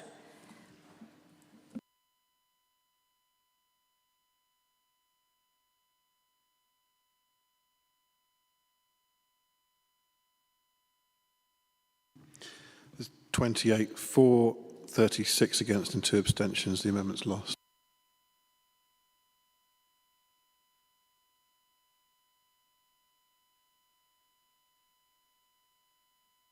Where do we go to now? Yes, we're debating, so any comments on the substantive report? All right, so I need to know, are there any comments on the substantive? Ladies and gentlemen, I have 2 registered speakers, one Nick Humphreys and one Jeffrey Johnson. I'm not taking this. No, sorry, It's just I've got this on the paper. So therefore, can I have some comments from the floor? I invite Zoe Smith to speak. Thank you, Chair. The Labour Group won't, in the circumstances, given the rejection of the amendment, be able to support the appointment of these people. There is, as we've already mentioned, no question of the skills of the people in question. However, it is deeply concerning that when women make up 51% of the population of the UK, we were just about able, as a council, to get 25% of the new intake. So 1 out of 6 women in the independent persons. That suggests that either there is a problem in how empowered women feel to engage with these things, there's a problem with our advertising, there's a problem with the culture women feel that they would be entering into. And we just don't seem bothered enough or concerned enough about what in almost any other setting would be recognised as a massive equalities issue. It's deeply concerning. It shows a callousness and a lack of understanding of the issues that are going on. As Councillor Purser mentioned, complaints often relate to issues of sexism, misogyny and bias, and that may well not be recognised and understood in an environment which is not open to either understanding them, people who don't see what women see, experience what women experience, and also feel empowered to act amongst their own people and their own culture. We need to really examine what we're doing as a council that is not opening this up, that is not reaching out to the right areas, and rejecting the amendment when you've said that that's something you've accepted anyway just signals that it's not something that you place importance on. And in those circumstances, we are not able to accept a culture of callousness towards equalities, callousness towards women, and callousness towards diversity. Councillor Smith, can you finish, please? I thank you, Councillor Smith, for your comments. And now, Councillor Arnold, if you would please join the speakers. Thank you, Madam Chairman. I think I'll probably hopefully do the Chamber a favour and clear matters up. I mean, we run the real risk here of becoming more like the Life of Brian and Monty Python. Are there any women here today? It seems to be the priority when meritocracy is what prevailed. We've done away with toxic DI identity politics when they voted for Reform UK last year in West Northamptonshire. Let's be clear what this was about, this amendment tonight. It's not about improving standards. It's not about strengthening oversight. It was about importing identity politics into a role that is supposed to be independent. Independent persons are there for one reason only, to uphold standards with fairness, integrity, good judgment. They should be appointed on merit, full stop, period. Not on the basis of background, not to satisfy a target, and not to tick a box. We hear this all the time in Westminster. I don't want to hear it in this chamber. Because the moment you start engineering outcomes based on identity alone, you undermine the very independence you claim to protect. This amendment risks sending a message that who you are matters than what you can do. That's wrong. It lowered confidence in the system, and it disrespects the very people it claims to support. And let's not pretend what it was that residents asked for when they voted for us last year. People out there are worried about bills. They still are today. We know the fuel will have gone up by the time we've gone down the road. This is about local services, about whether their council is competent and accountable. They're not asking us to resemble committees and panels by demographic category. In fact, many would say they're tired of this approach altogether, tired of being told everything must be viewed through the lens of identity, typical lefty, liberal, woke nonsense. If we truly care about diversity, let's talk about diversity of thought, experience, of independence of mind. That's what strengthens scrutiny. That's what challenges groupthink. That's what delivers better decisions. But this amendment would have moved us in the opposite direction, replacing merit with messaging, substance with symbolism. So no, we should definitely not be going down this Arnold, road. can you finish, please? Thank you, Madam Chairman. Thank you. You're just speaking to York, Madam Chairman. Didn't realise you I were thank you. I thank you, Councillor Arnold. Councillor Ware, please. Thank you, Chair. The Independent Persons Report in front of full Council this evening is putting forward a legal obligation of Council, and therefore, as pointed out in the report, it does not require wider consultation nor reference to any overview and scrutiny committee. However, as Councillor Hayes has stated, it has been to the Democracy and Standards Committee. At this committee, questions were asked about the process for seeking applications for these posts. The outcome we have before us of just one female independent person in a group of 6 is clearly visible and raises the question of if and how we are reaching all sectors of our communities for applicants. Whilst the candidates before us all reach the standards and criteria required of an independent person, the issue of fair, transparent and appropriate recruitment processes remains, and further focus must be made to ensure we're reaching all sections of our communities when communicating and advertising vacancies, in line with the Equalities Act 2010. We must ensure that we have a multifaceted approach in including direct communication within communities, in addition to any published advertisements, and I welcome Councillor Hayes' comments in this respect. However, the administration rejecting a perfectly reasonable amendment and Councillor Arnold's remarks give me grave cause for concern. I thank you, Councillor Ware, and now we move on finally to Councillor Coos. Thank you, Madam Chair. You'll be pleased to know this is very short and sweet. Trust, respect, good work ethics should never, ever be based on gender.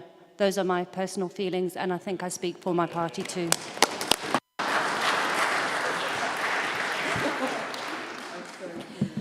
Okay, just to make up the numbers, I thank you, Councillor Coos. Can we have Councillor Ian McCord?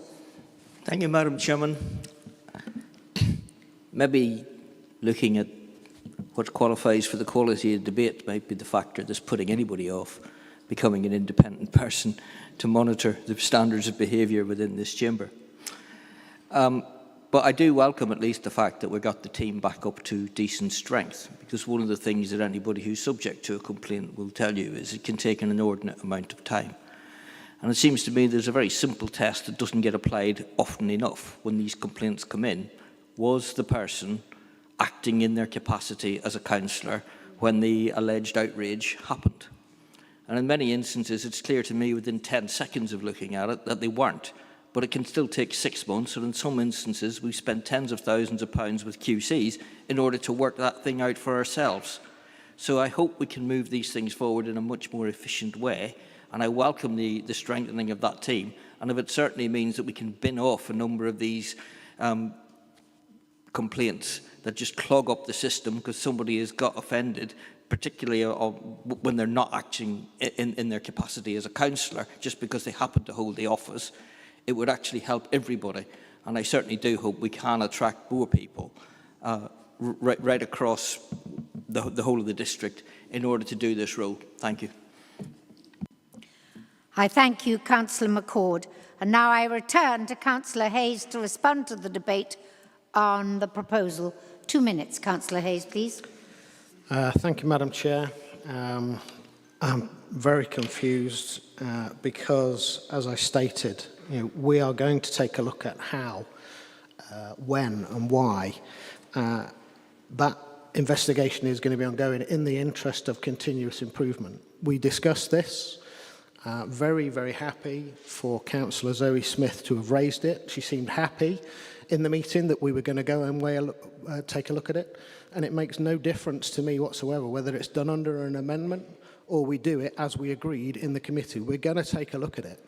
So I'm really confused as to why this amendment was ever raised. We're going to take a look at it. We're going to take it seriously, as I said. So thank you. I thank you, Councillor Hayes. And so finally we will go to the report. For, against, abstentions.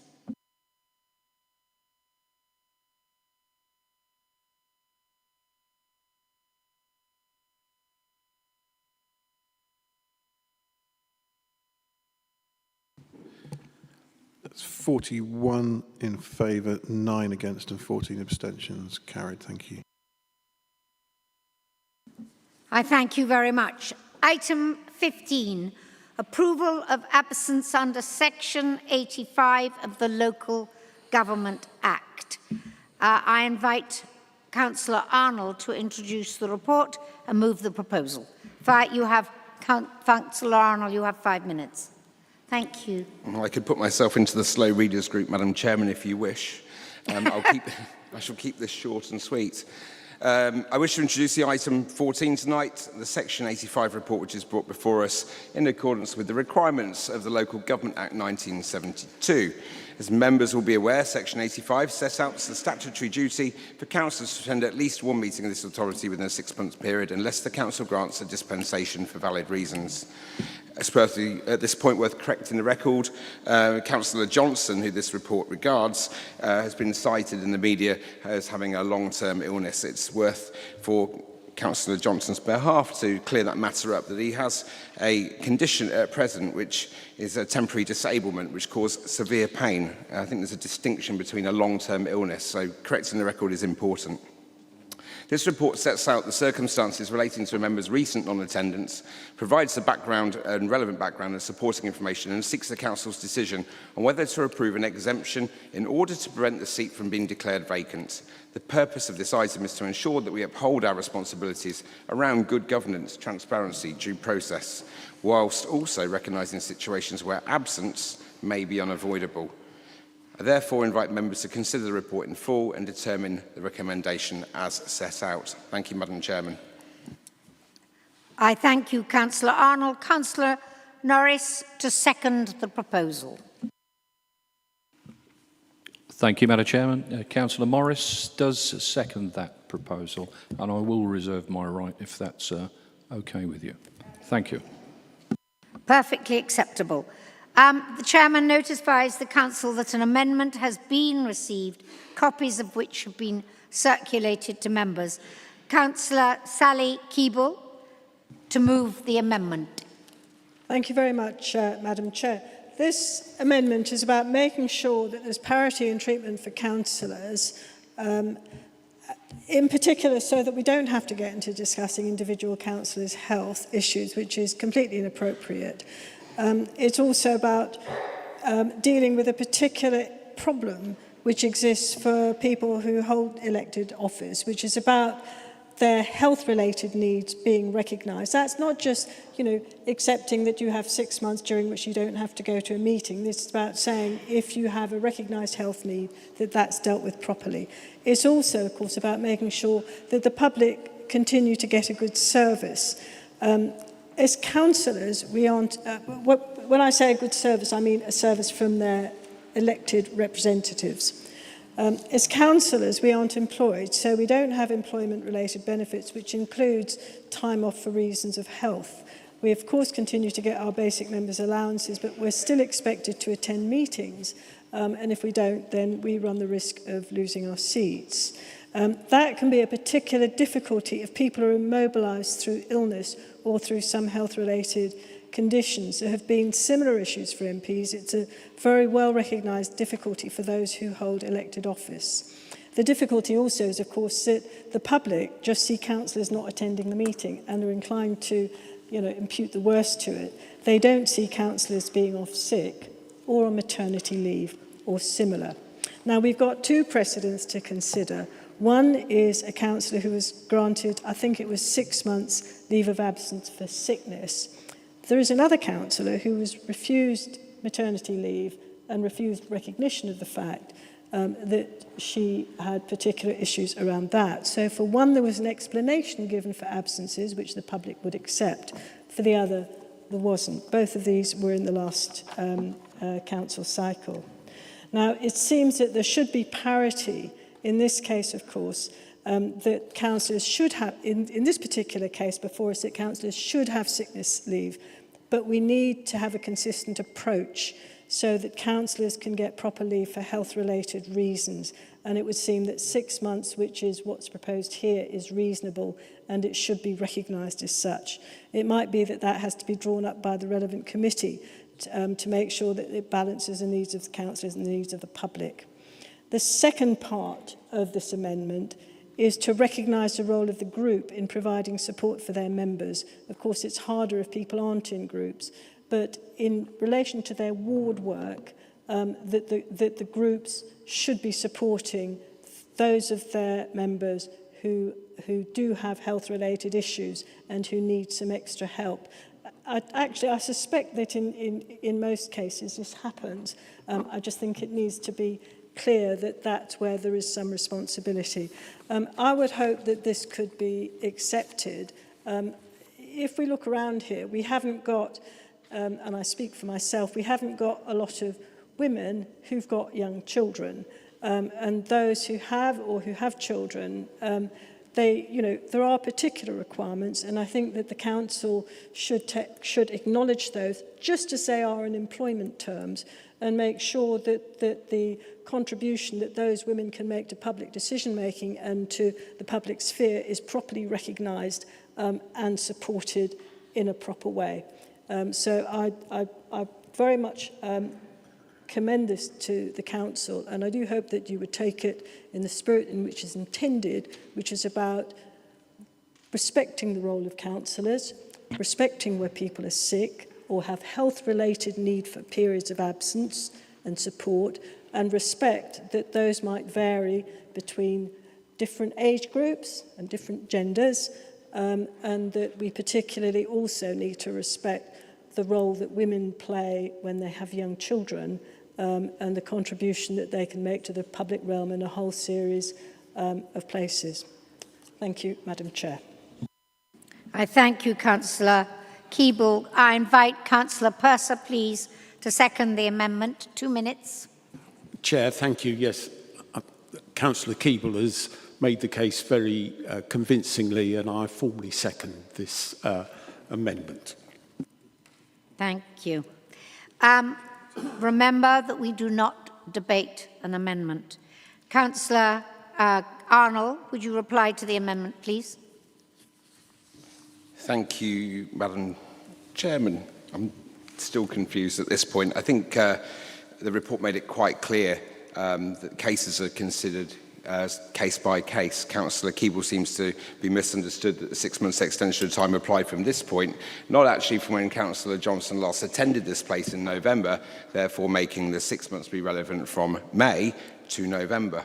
But yeah, I'm nothing more to say than that, but we seem to have been drawn into a much wider debate about women rights and everything else when her national leader can't even actually identify what a woman is. So we'll sit and await the answer to that question while we place the vote. Thank you very much.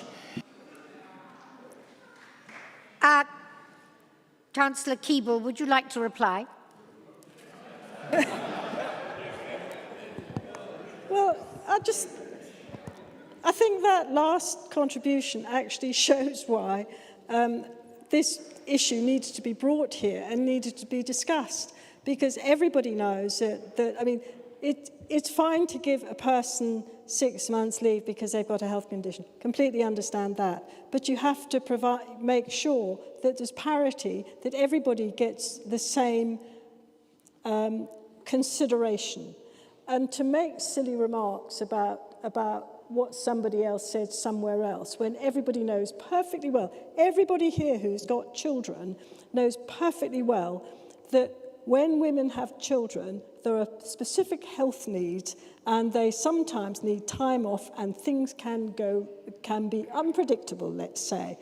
And they should not have to come on a case-by-case basis and ask and ask and ask. There should be a recognition that their role in this council is very welcome and very important, and that proper consideration will be given and provision will be made to support them in those circumstances.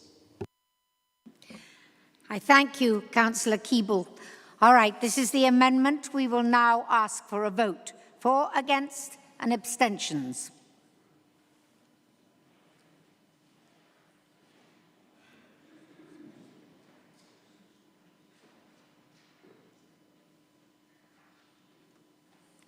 That's 26 for, 36 against and 3 abstentions. The amendment's lost. Thank you. All right, are there any members of the council who wish to comment on this item? I'll take 4 people to speak, please.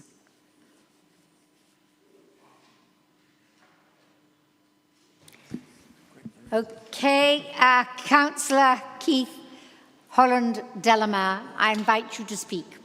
I wish the best to Councillor Jeff Johnson, and I wish him a speedy recovery. Well done.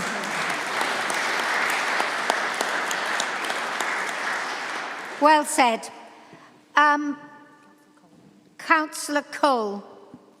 Yes, thank you. I think I feel compelled to speak on this subject as somebody who had the misfortune of having to take some time off at the back end of last year because of ill health.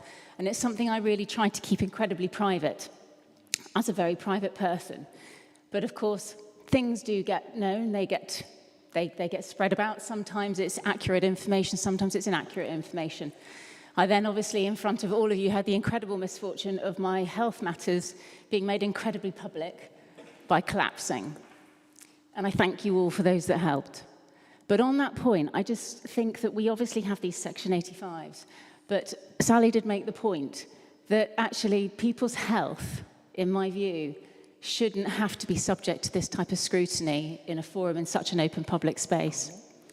And if a councillor, I think that as part of this motion, part of what we're saying here, and I'm asking for the spirit of it, is that actually what we need for a councillor is a mechanism whereby you actually feel comfortable to say, I'm not coping with something, or I actually need some time off.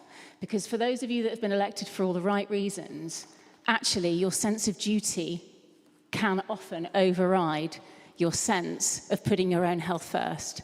And you shouldn't actually have to feel that that is the case as a councillor. So I think what I'm asking for is also from everybody in this room, and I'm actually looking at Democratic Services as well, is how do we ensure that our colleagues, when we know that there is something not quite right, or even if they have something private that they want to do, can actually deal with this in a more private way and feel supported that actually we can actually put our own health first. I don't care if you're black, white, yellow, a parent, or not a parent, it doesn't matter. But when your health is at jeopardy, we shouldn't necessarily have to feel, how do we go about this? Because we need to put our public service and our sense of absolute duty to that ahead of our own health. Thank you.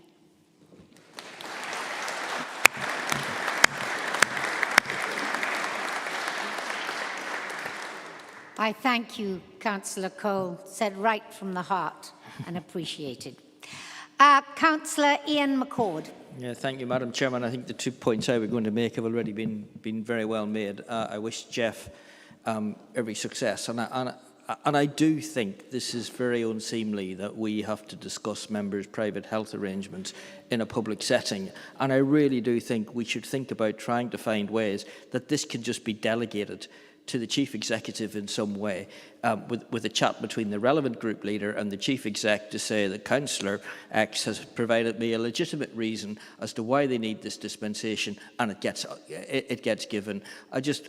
I don't like it. And I also must say that every single time we've had an independent review on members' remuneration, I have also raised the maternity issue, because it also seems to me it's a bit blooming stupid that any woman that's going to have a baby then should actually ask to get the rights that the woman has in law to take time off work, but this isn't a workplace. And I keep making the point, and I keep being told, well, the law's against you on that point. Well, it might be, but can we get round and change it?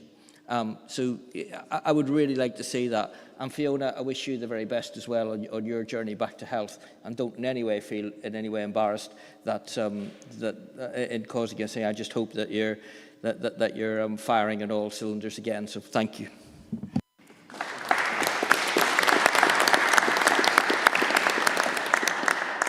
I thank you, Councillor McCord. Finally, Councillor Charlie Hastie. Thank you, Madam Chair. Thank you, colleagues. Firstly, I would just like to say for all councillors who are going through a bit of hardship that the cross-party support is welcome, noticed. I also would like to recognise the fact that sometimes when we go, if someone's having problems in a ward and they need some support, we should be colourblind to the colour of the rosette, and we should offer help to support people where it's needed. I've had a little bit of issues. I do make a joke about it. I went into hospital recently and I've had a personality transplant, but the personalities rejected me.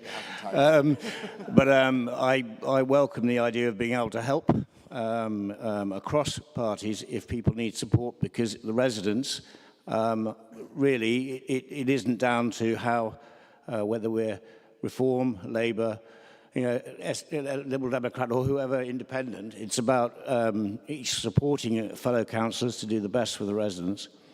I, however, would like to ask Sally Keeble to have a meet, because I'd like to work out more. I thought this, and this is my ignorance, I'm sure, that this was about done on a case-by-case basis, what we're looking at tonight. Certainly, I would agree, I think probably wholeheartedly across the floor, that I was a bit confused about how we were suddenly talking about maternity and things like that rather than an individual case. So I'd like that explored. Thank you. Thank you, Charlie Hastie. I appreciate that. Now we return to Councillor Arnold to debate on the proposal. You have 2 minutes left. Thank you. Thank you, Madam. Fairly short and sweet again. Thank you, Madam Chairman. Very short and sweet in summary. Thank you to members around the room for their updates. To Fiona, the best in your return to health. And I do appreciate the odd message every now and then. It's good to keep in touch. Everyone's well-being here is important. We've all got a duty to our public and each other. I will keep my house in order. I polite request in this place today for the members opposite to keep some of their now non-elected members in order who spitefully put things on social media regarding my councillor, and it was circulated. And a credit to Councillor Keith Holland-Delamere for actually calling that out and stopping it. It's got to stop. It is not doing the public a service. I'll let you look up in your own time. I will not name names, but there's been an incessant campaign, particularly against our party, our members, and our lovely local media will pick up on that and turn that into something else. And then there are a frivolous, vexatious list of comments from members of the public who do not understand what we just very carefully discussed in this place tonight. So please, Councillor Lister, if you would assist, I'd be very grateful if you can sort that out for us. Thank you very much. I thank you, Councillor Arnold. And once again, we will ask for a vote. Against, for, abstention.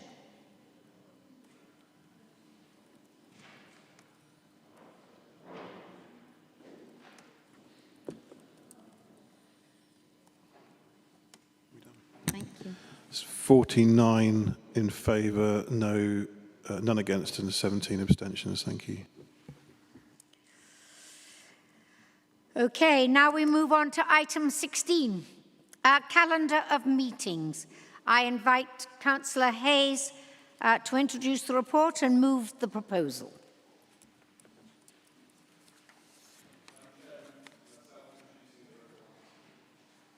Who is introducing? You are?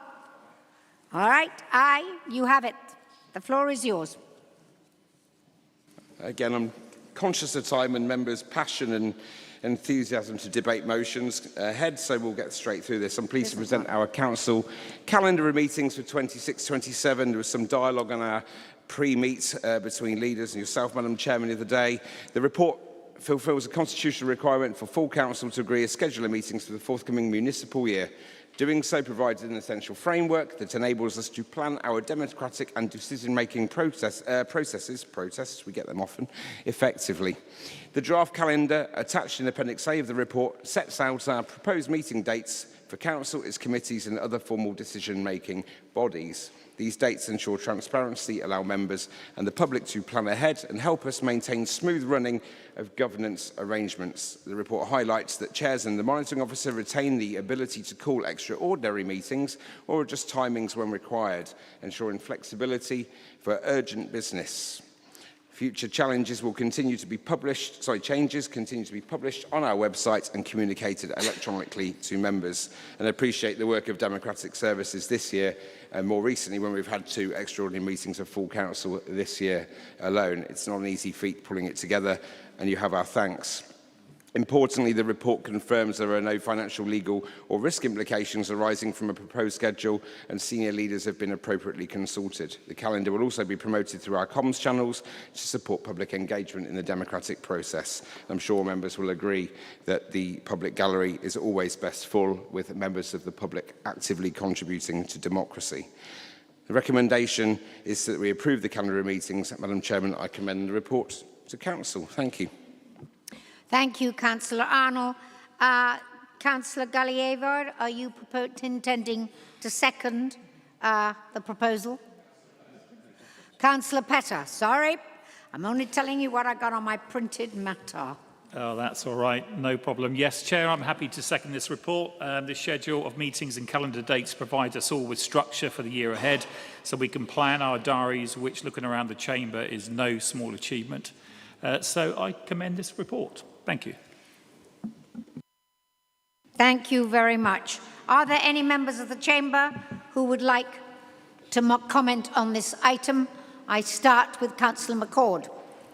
Thank you, Madam Chairman. Just 2 points. Firstly, can we have some sort of app or upload that we can upload all of these in bulk into Outlook? It would be quite useful, and ideally something that you can tick the ones that you are a member of or want to attend, and tick the others that you may want to skip. My other point is around the February meeting of Cabinet. I see we've moved that to Tuesday, and I see the thing that I introduced earlier this year about making sure Cabinet is not meeting on the same night is carried through, and I welcome that again. But when you meet on a Tuesday with, as we currently stand, the amendments for the budget, which generally is 10 days later, have to be in the following day. We really need to give a bit more time for that. And this year, I know there was a lot of groups were prepared for car parking charges amendments, which were then changed by Cabinet at the last minute, such as their gift. But it does mean then that they have very little time to actually put in a new reasoned amendment if that's what they wish to do. So I would like to consider, I know there's other issues with committee administration about issuing packs on a Friday if you have a Monday meeting.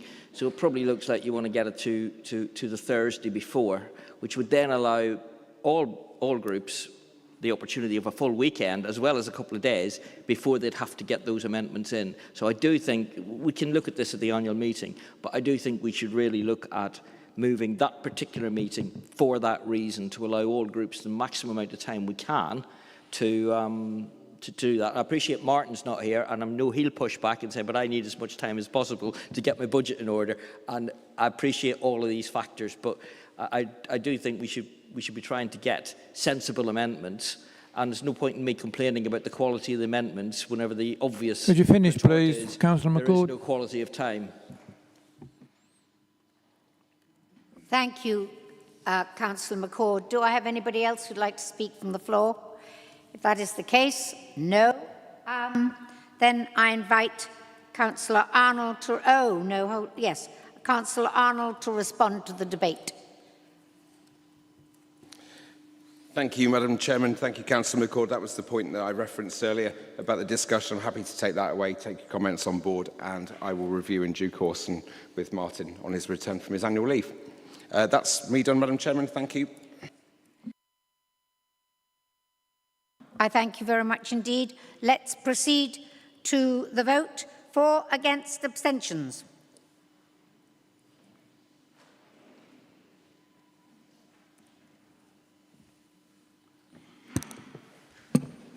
That's 63 in favour, 1 against. It's carried. Thank you. I thank you. All right, stretch your shoulders, touch your toes. We will go to item 17, motions. Motion 1, proposed by Councillor Fiona Baker, re Youth Violence and Knife Crime. Point of order, Madam Chairman. Under Council Procedure Rule 28.8, I submit that this motion is out of order as it breaches Rule 6.2, and I ask that you rule accordingly. Specifically, 6.2d, the motion identifies individual service users. Now, regardless of political views, criminals remain service users for the purposes of this rule. Rule 6.2e, the language used would place the Council at clear risk of litigation. And for those reasons, I ask that the motion be rejected as out of order. We need to subject to the discussion. Mark Arnold, you have a comment. Yes, Madam Chairman, I would second Councillor McCord's point of order. I wholeheartedly agree it runs a risk that, to my knowledge, no formally qualified, legally trained experts in this room that could adequately debate this without running the risk of litigation. I ask for the Monitor Officer's guidance and Councillor McCord's rights. I ask you reject this motion. Thank you. I thank you for your comments. Please give us time to debate.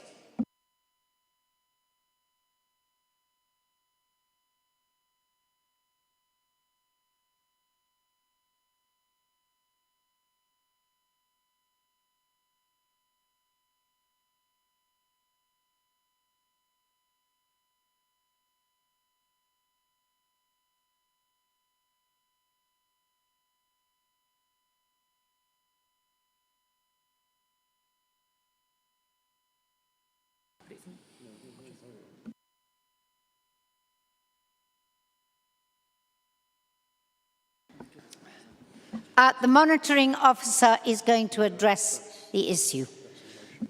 Okay, so my advice on this is that the actual motion does not specifically identify any one individual. It had always been intended that I would address the floor this afternoon or this evening in relation to the litigation proceedings.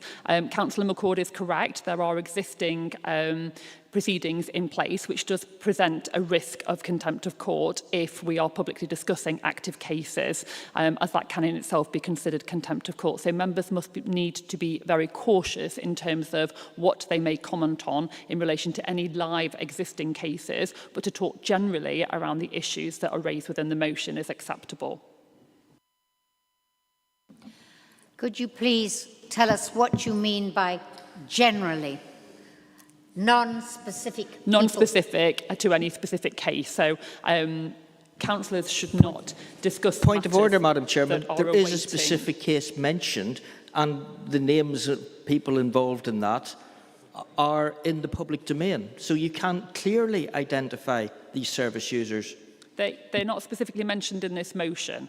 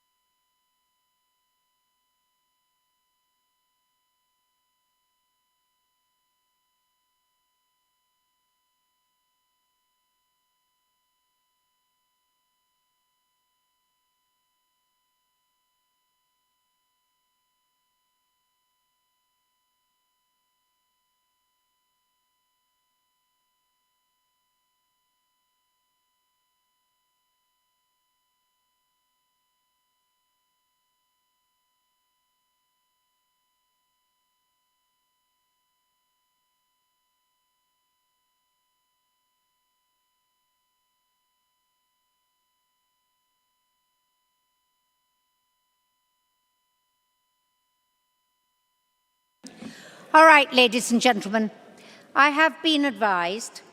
I think it is important that this is debated, but we debate it at risk. It is, hold on. You can say what you like. This is my meeting. I have the right to comment. If anybody mentions names in the chamber, I shall close the discussion immediately. I therefore invite Fiona Baker to present. Thank you, Chairman. Unusually for me, I have made notes in order to follow the legal advice that I received before this meeting, which is something I don't usually do. I usually speak from my mind. I won't profess to be as eloquent as Quinton Green earlier, but I'll do my best. I'm sure that you have all had time to read the motion and understand the need. As members of this council, we have all a duty of being corporate parents, as previously discussed, and we have all endorsed the aspiration for our residents of West Northamptonshire Council to live their best lives. We must do all that we can as a united council to ensure that that happens. We have many joint partnership boards and agencies who strive to improve the lives of our residents, including Health, Police, Police Fire and Crime Commissioner, Children's Trust, Youth Justice, ourselves and parents. We must now all step up and work on early intervention now to improve the outcomes for our children and young people. This also plays into my previous motion with the restriction of use of smartphones by children.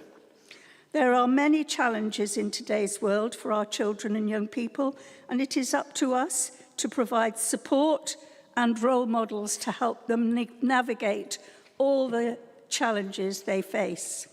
As a council, we have much in place to support those who do engage. What we need to do is to start to make sure that we work with and support those who are hard to reach and do not engage. We need to work with our partners to stop the increase in serious youth violence and the spread of county lines across our district. As councillors and corporate parents, we must work hard in our wards to achieve investment for early help, to ensure our children and young people feel safe and free to live their best lives. Thank you. I thank you, Fiona Baker, for your integrity and the way you expressed it. I would ask any member in the chamber to follow Councillor Baker's discretion and example. I now invite David Smith, Councillor David Smith, to second the motion.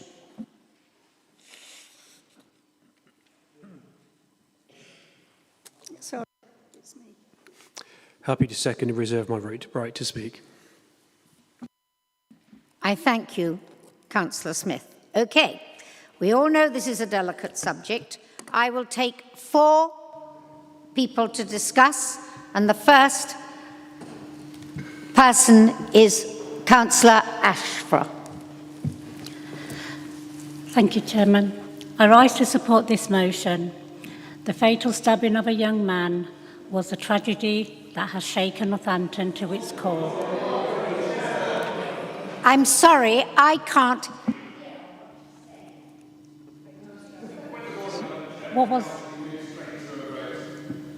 What did I say? All right, young lady, you have spoilt the discussion. You deliberately, and I'm angry, you deliberately referred to the incident. We therefore cannot move forward. I therefore closed the subject and we moved on. We can discuss it again when we have resolution to the whole. What does that mean? Yes? Come.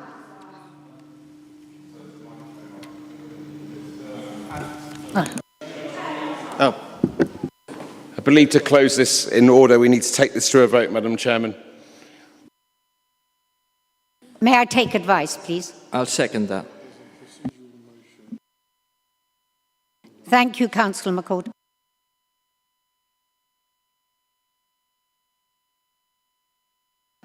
Sorry, just to clarify, is that a proposal under 15.1N, a procedural motion without notice that the question be now put? In other words, we move to the vote. Yes, Madam Chairman. So we will need to vote on the procedural motion first, so we'll just set a vote up for that now.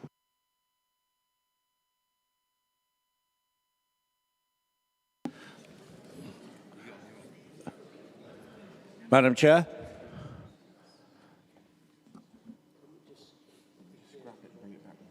Madam Chair, can I, just from my point of view and maybe for others, could you just clarify exactly what that means? I'm not sure what we're doing in terms of that exact protocol.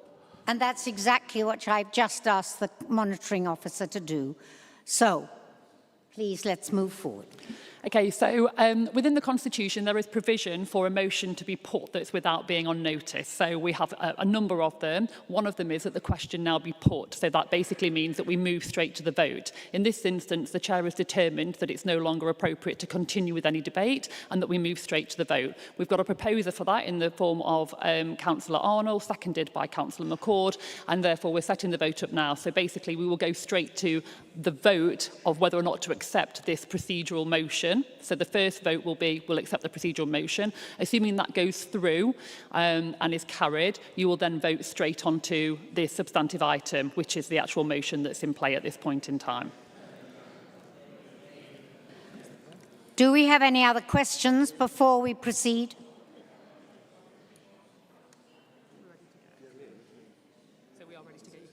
So do you want me to explain which vote we're doing now? Yes, sure that they clarify that. Right, so members, we are ready to go to the vote. So I ask you now to vote. You are voting for, against or abstention, and that is that the question now be put. That being that we now go to the vote on the substantive motion that's in front of you.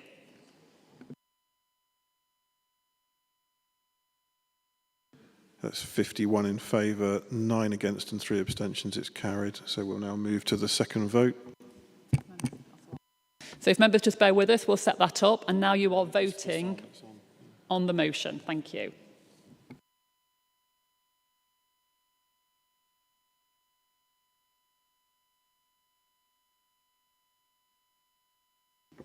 Okay, that's 27 for, 38 against and 1 abstention. It's lost. Can I just add to this issue, when a decision has been made and it is no longer in front of the judiciary, we can bring it back to the chamber to discuss.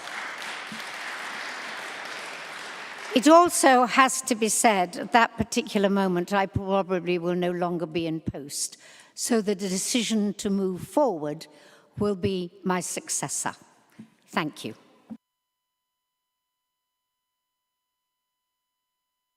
And now we proceed to motion 2.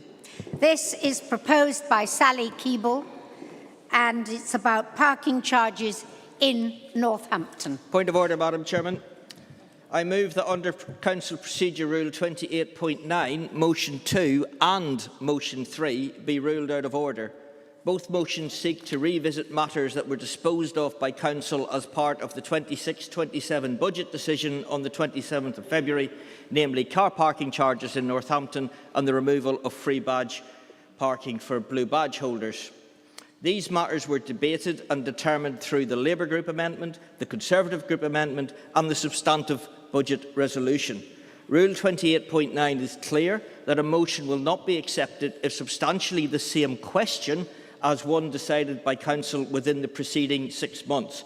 Motions 2 and 3 are therefore out of order, and I ask you to rule accordingly. I'm going to say it's not. Once again, I have to ask advice. Thank you. Yes, yeah, no, that's right. That's what I was going to say, yes.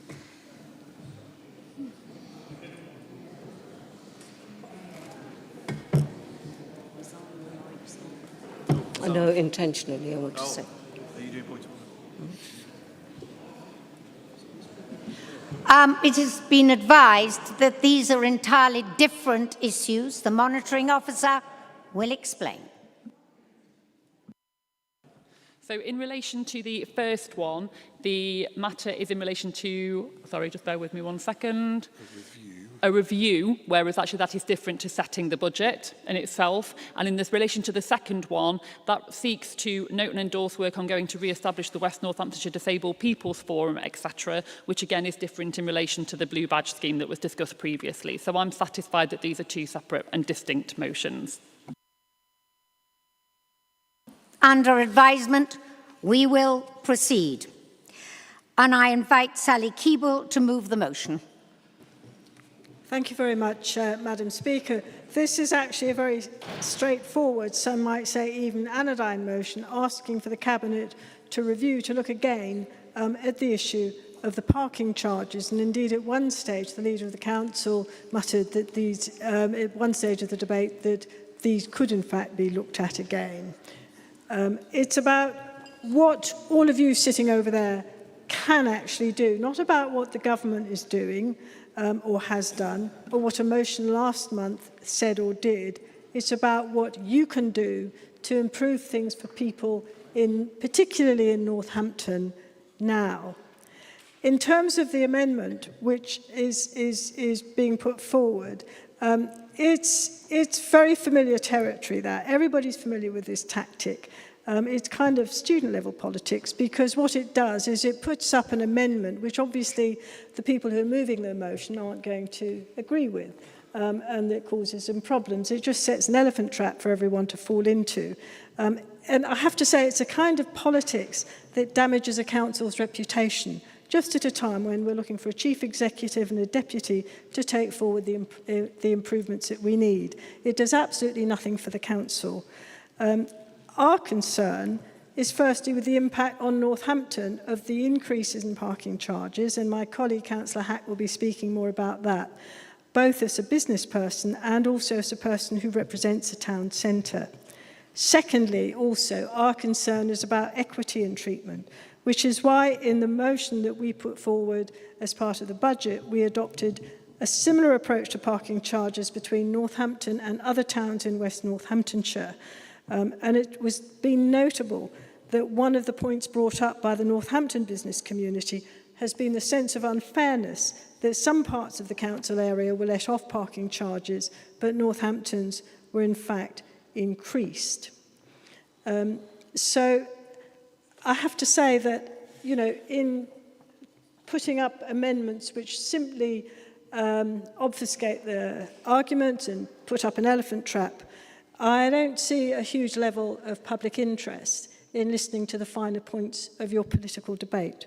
What I do see outside this Guildhall is a town centre which is struggling in the absence of anchor stores in a very changing retail environment, and that's not so much about the cost of living pressures, which I'm sure have got an impact, but also because of changes in retail practices and what people are looking for in a centre town offer, where the market is not the thriving place it once was before regeneration, and where some of the improvements that are needed that will hopefully come down the line haven't yet come to fruition. You know, we haven't seen the level of different activities. We haven't seen the replacement of the old market that used to exist.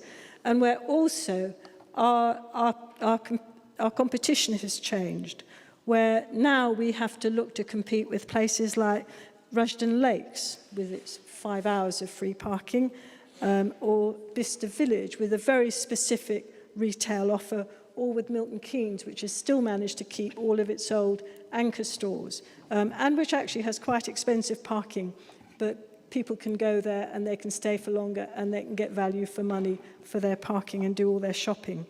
So we have to look much more, we have to be much more nimble about the way that we look at supporting Northampton as the biggest urban settlement in West Northamptonshire.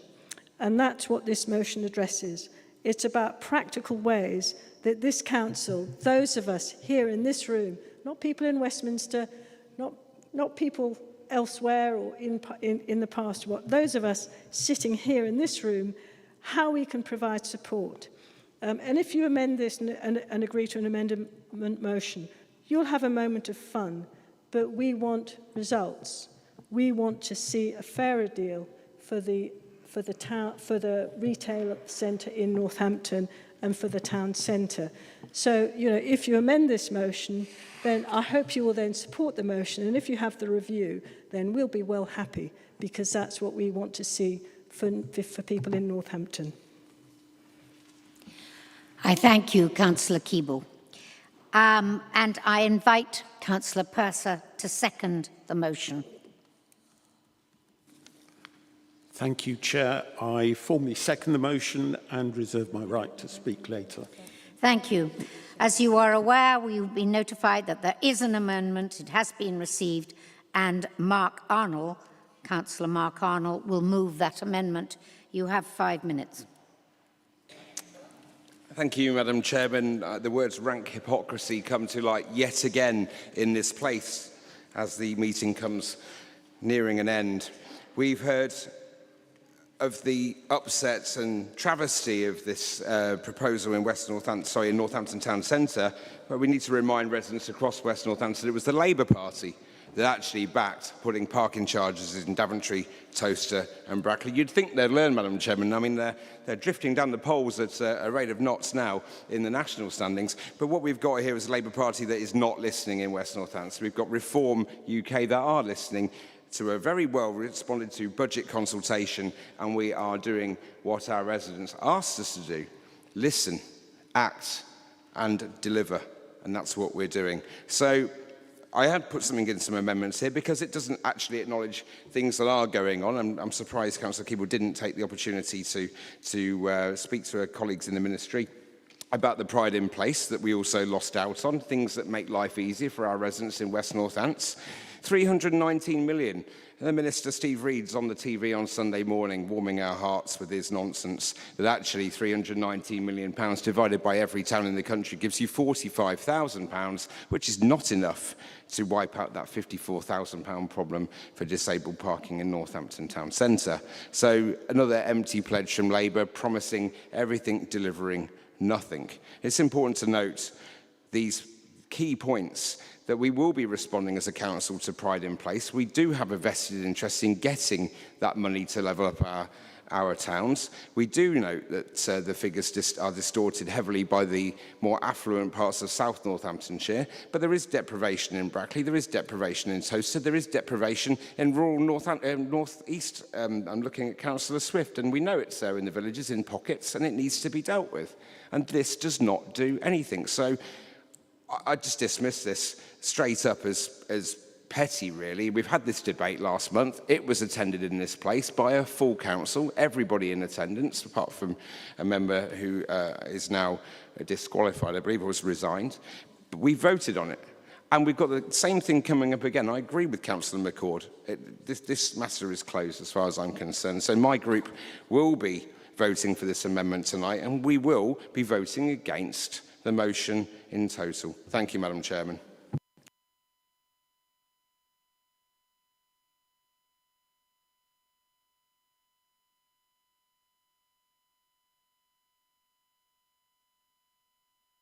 Can you tell me who was going to second this? Thank you, Madam Chairman. I'm happy to second that. Thank you. Councillor Slope.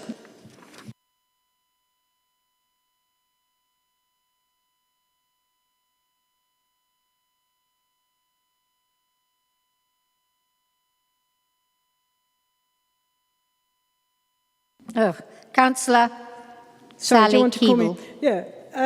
Well, I just think this is complete nonsense politics. You talk about rank hypocrisy. I actually dealt with exactly the point which you raised about why we made the proposal that we did about Daventry and Towcester. I dealt with that in my speech, so that was done.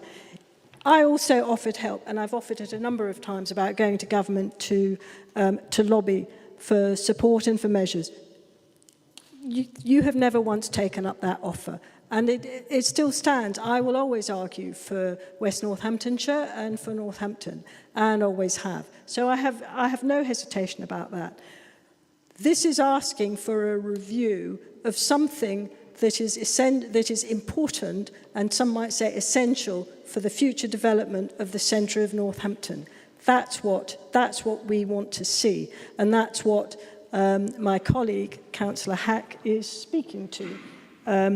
But if you vote against the amendment and then vote against the motion, that is very clearly wrecking, because you're simply destroying any hope of making a sensible argument around the issue of getting a proper review of the parking charges for the centre of Northampton. And that is a completely destructive process.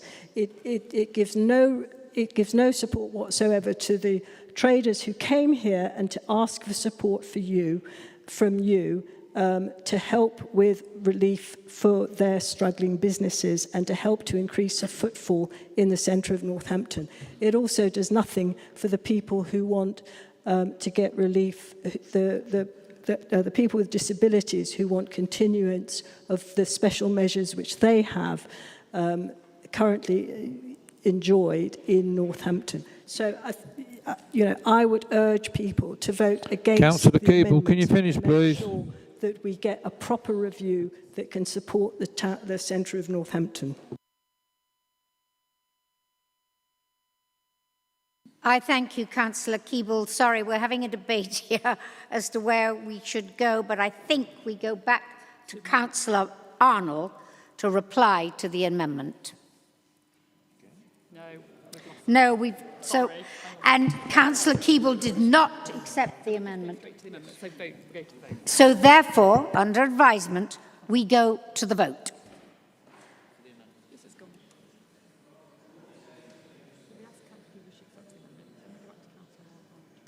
Yes, but hold on, they're confused. Ladies and gentlemen, you are voting on the amendment. Thank you.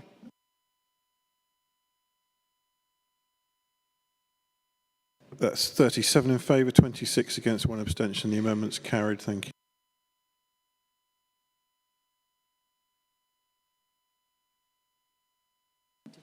All right, therefore, I now have to invite speakers on the substantive motion. Do I have anybody? Yes, we have. Councillor Huck. Thank you, Chair. Through my extensive work with local businesses and business users, they have fed back to me the serious concerns they have about the increased parking charges and their impact on the ability of businesses to grow and thrive in our county town. These increased charges don't recognise the changes in Northampton town centre. We've lost our big anchor stores and the market, and haven't yet to see the benefits of regeneration. We're a big town of small shops. The flat rate at weekends doesn't compensate for the loss of 2-hour free parkings and the fallout from this. The loss of free parking for Blue Badge holders is bitterly resented.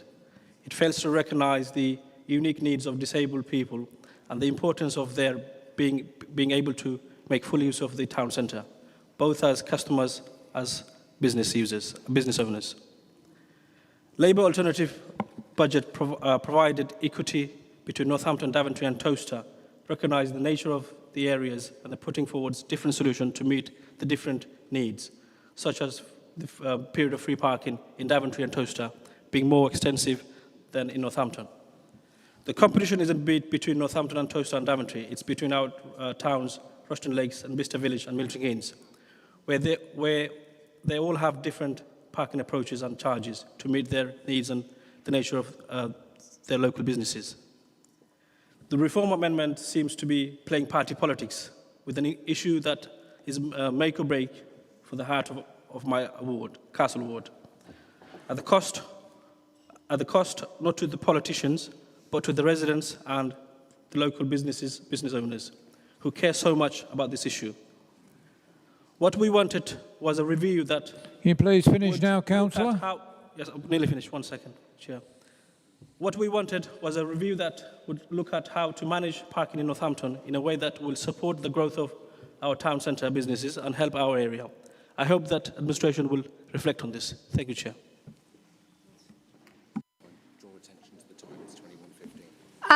Thank you very much indeed, Councillor. We now have another issue, of course, because we've reached the hour of 9:15, and I have to draw the Council's attention to Rule 10 of the Council Procedure Rules, as it is 9:15, and it is my view that you will not be able to deal with the outstanding matters of business by 9:30. Therefore, on this particular issue, we are now going to put it to the vote.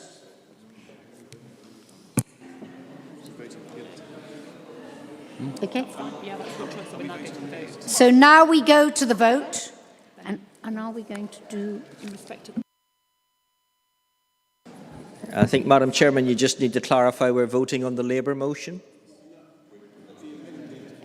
Well, the amended Labour motion. The amended motion, yes. It doesn't matter. It's all right, the monitoring officer will talk.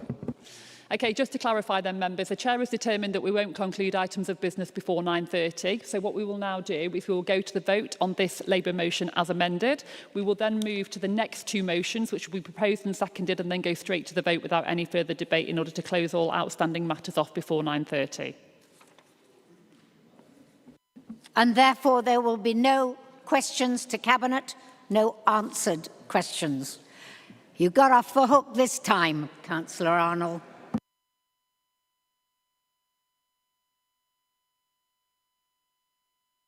Now we will go to the vote.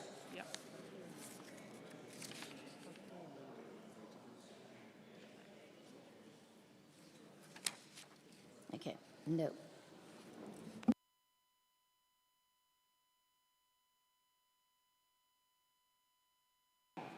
Okay, the 18 for, 45 against and 1 abstention, so the motion as amended is lost.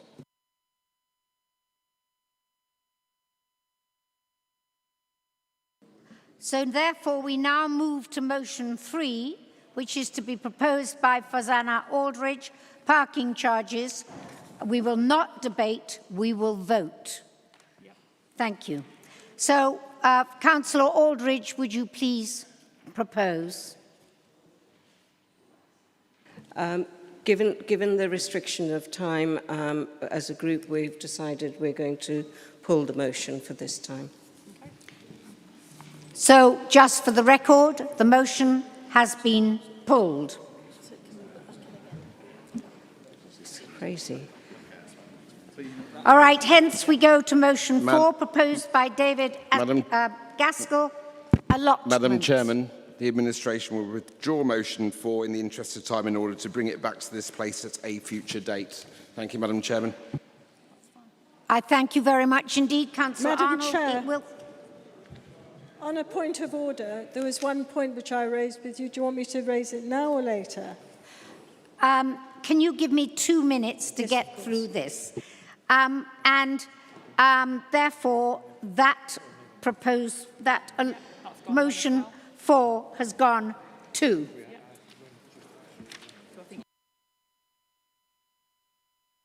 Now, Councillor Keeble, so that we have taken care of the domestics. Thank you very much. At the last meeting, Councillor McCord very kindly made me a presentation of a book, and I promised if I gave him one, if he gave me one, I would give him one too. So here it is. I won't come along and do the presentation. I'll simply pass it along. How to Teach Economics to a Pig. And there are a few extra copies there that you can also, because it's short and because it's funny, people will probably read it more than they will read the one about, yes, I've got one for you as well, Councillor Hastie, and I've got one for you, Councillor Arnold, and I've got one for our finance officer as well, and for the chair. Okay, thank you. Thank you. Thank you, Madam Chairman. Yeah, sorry. I thank you, Councillor Keeble, for lightening the end of the debate. Yeah. And Councillor McCord, you wish to reply. Thank you, Sally. I will read it with interest. I thought we were all getting a copy of Chairman Mao's little red book.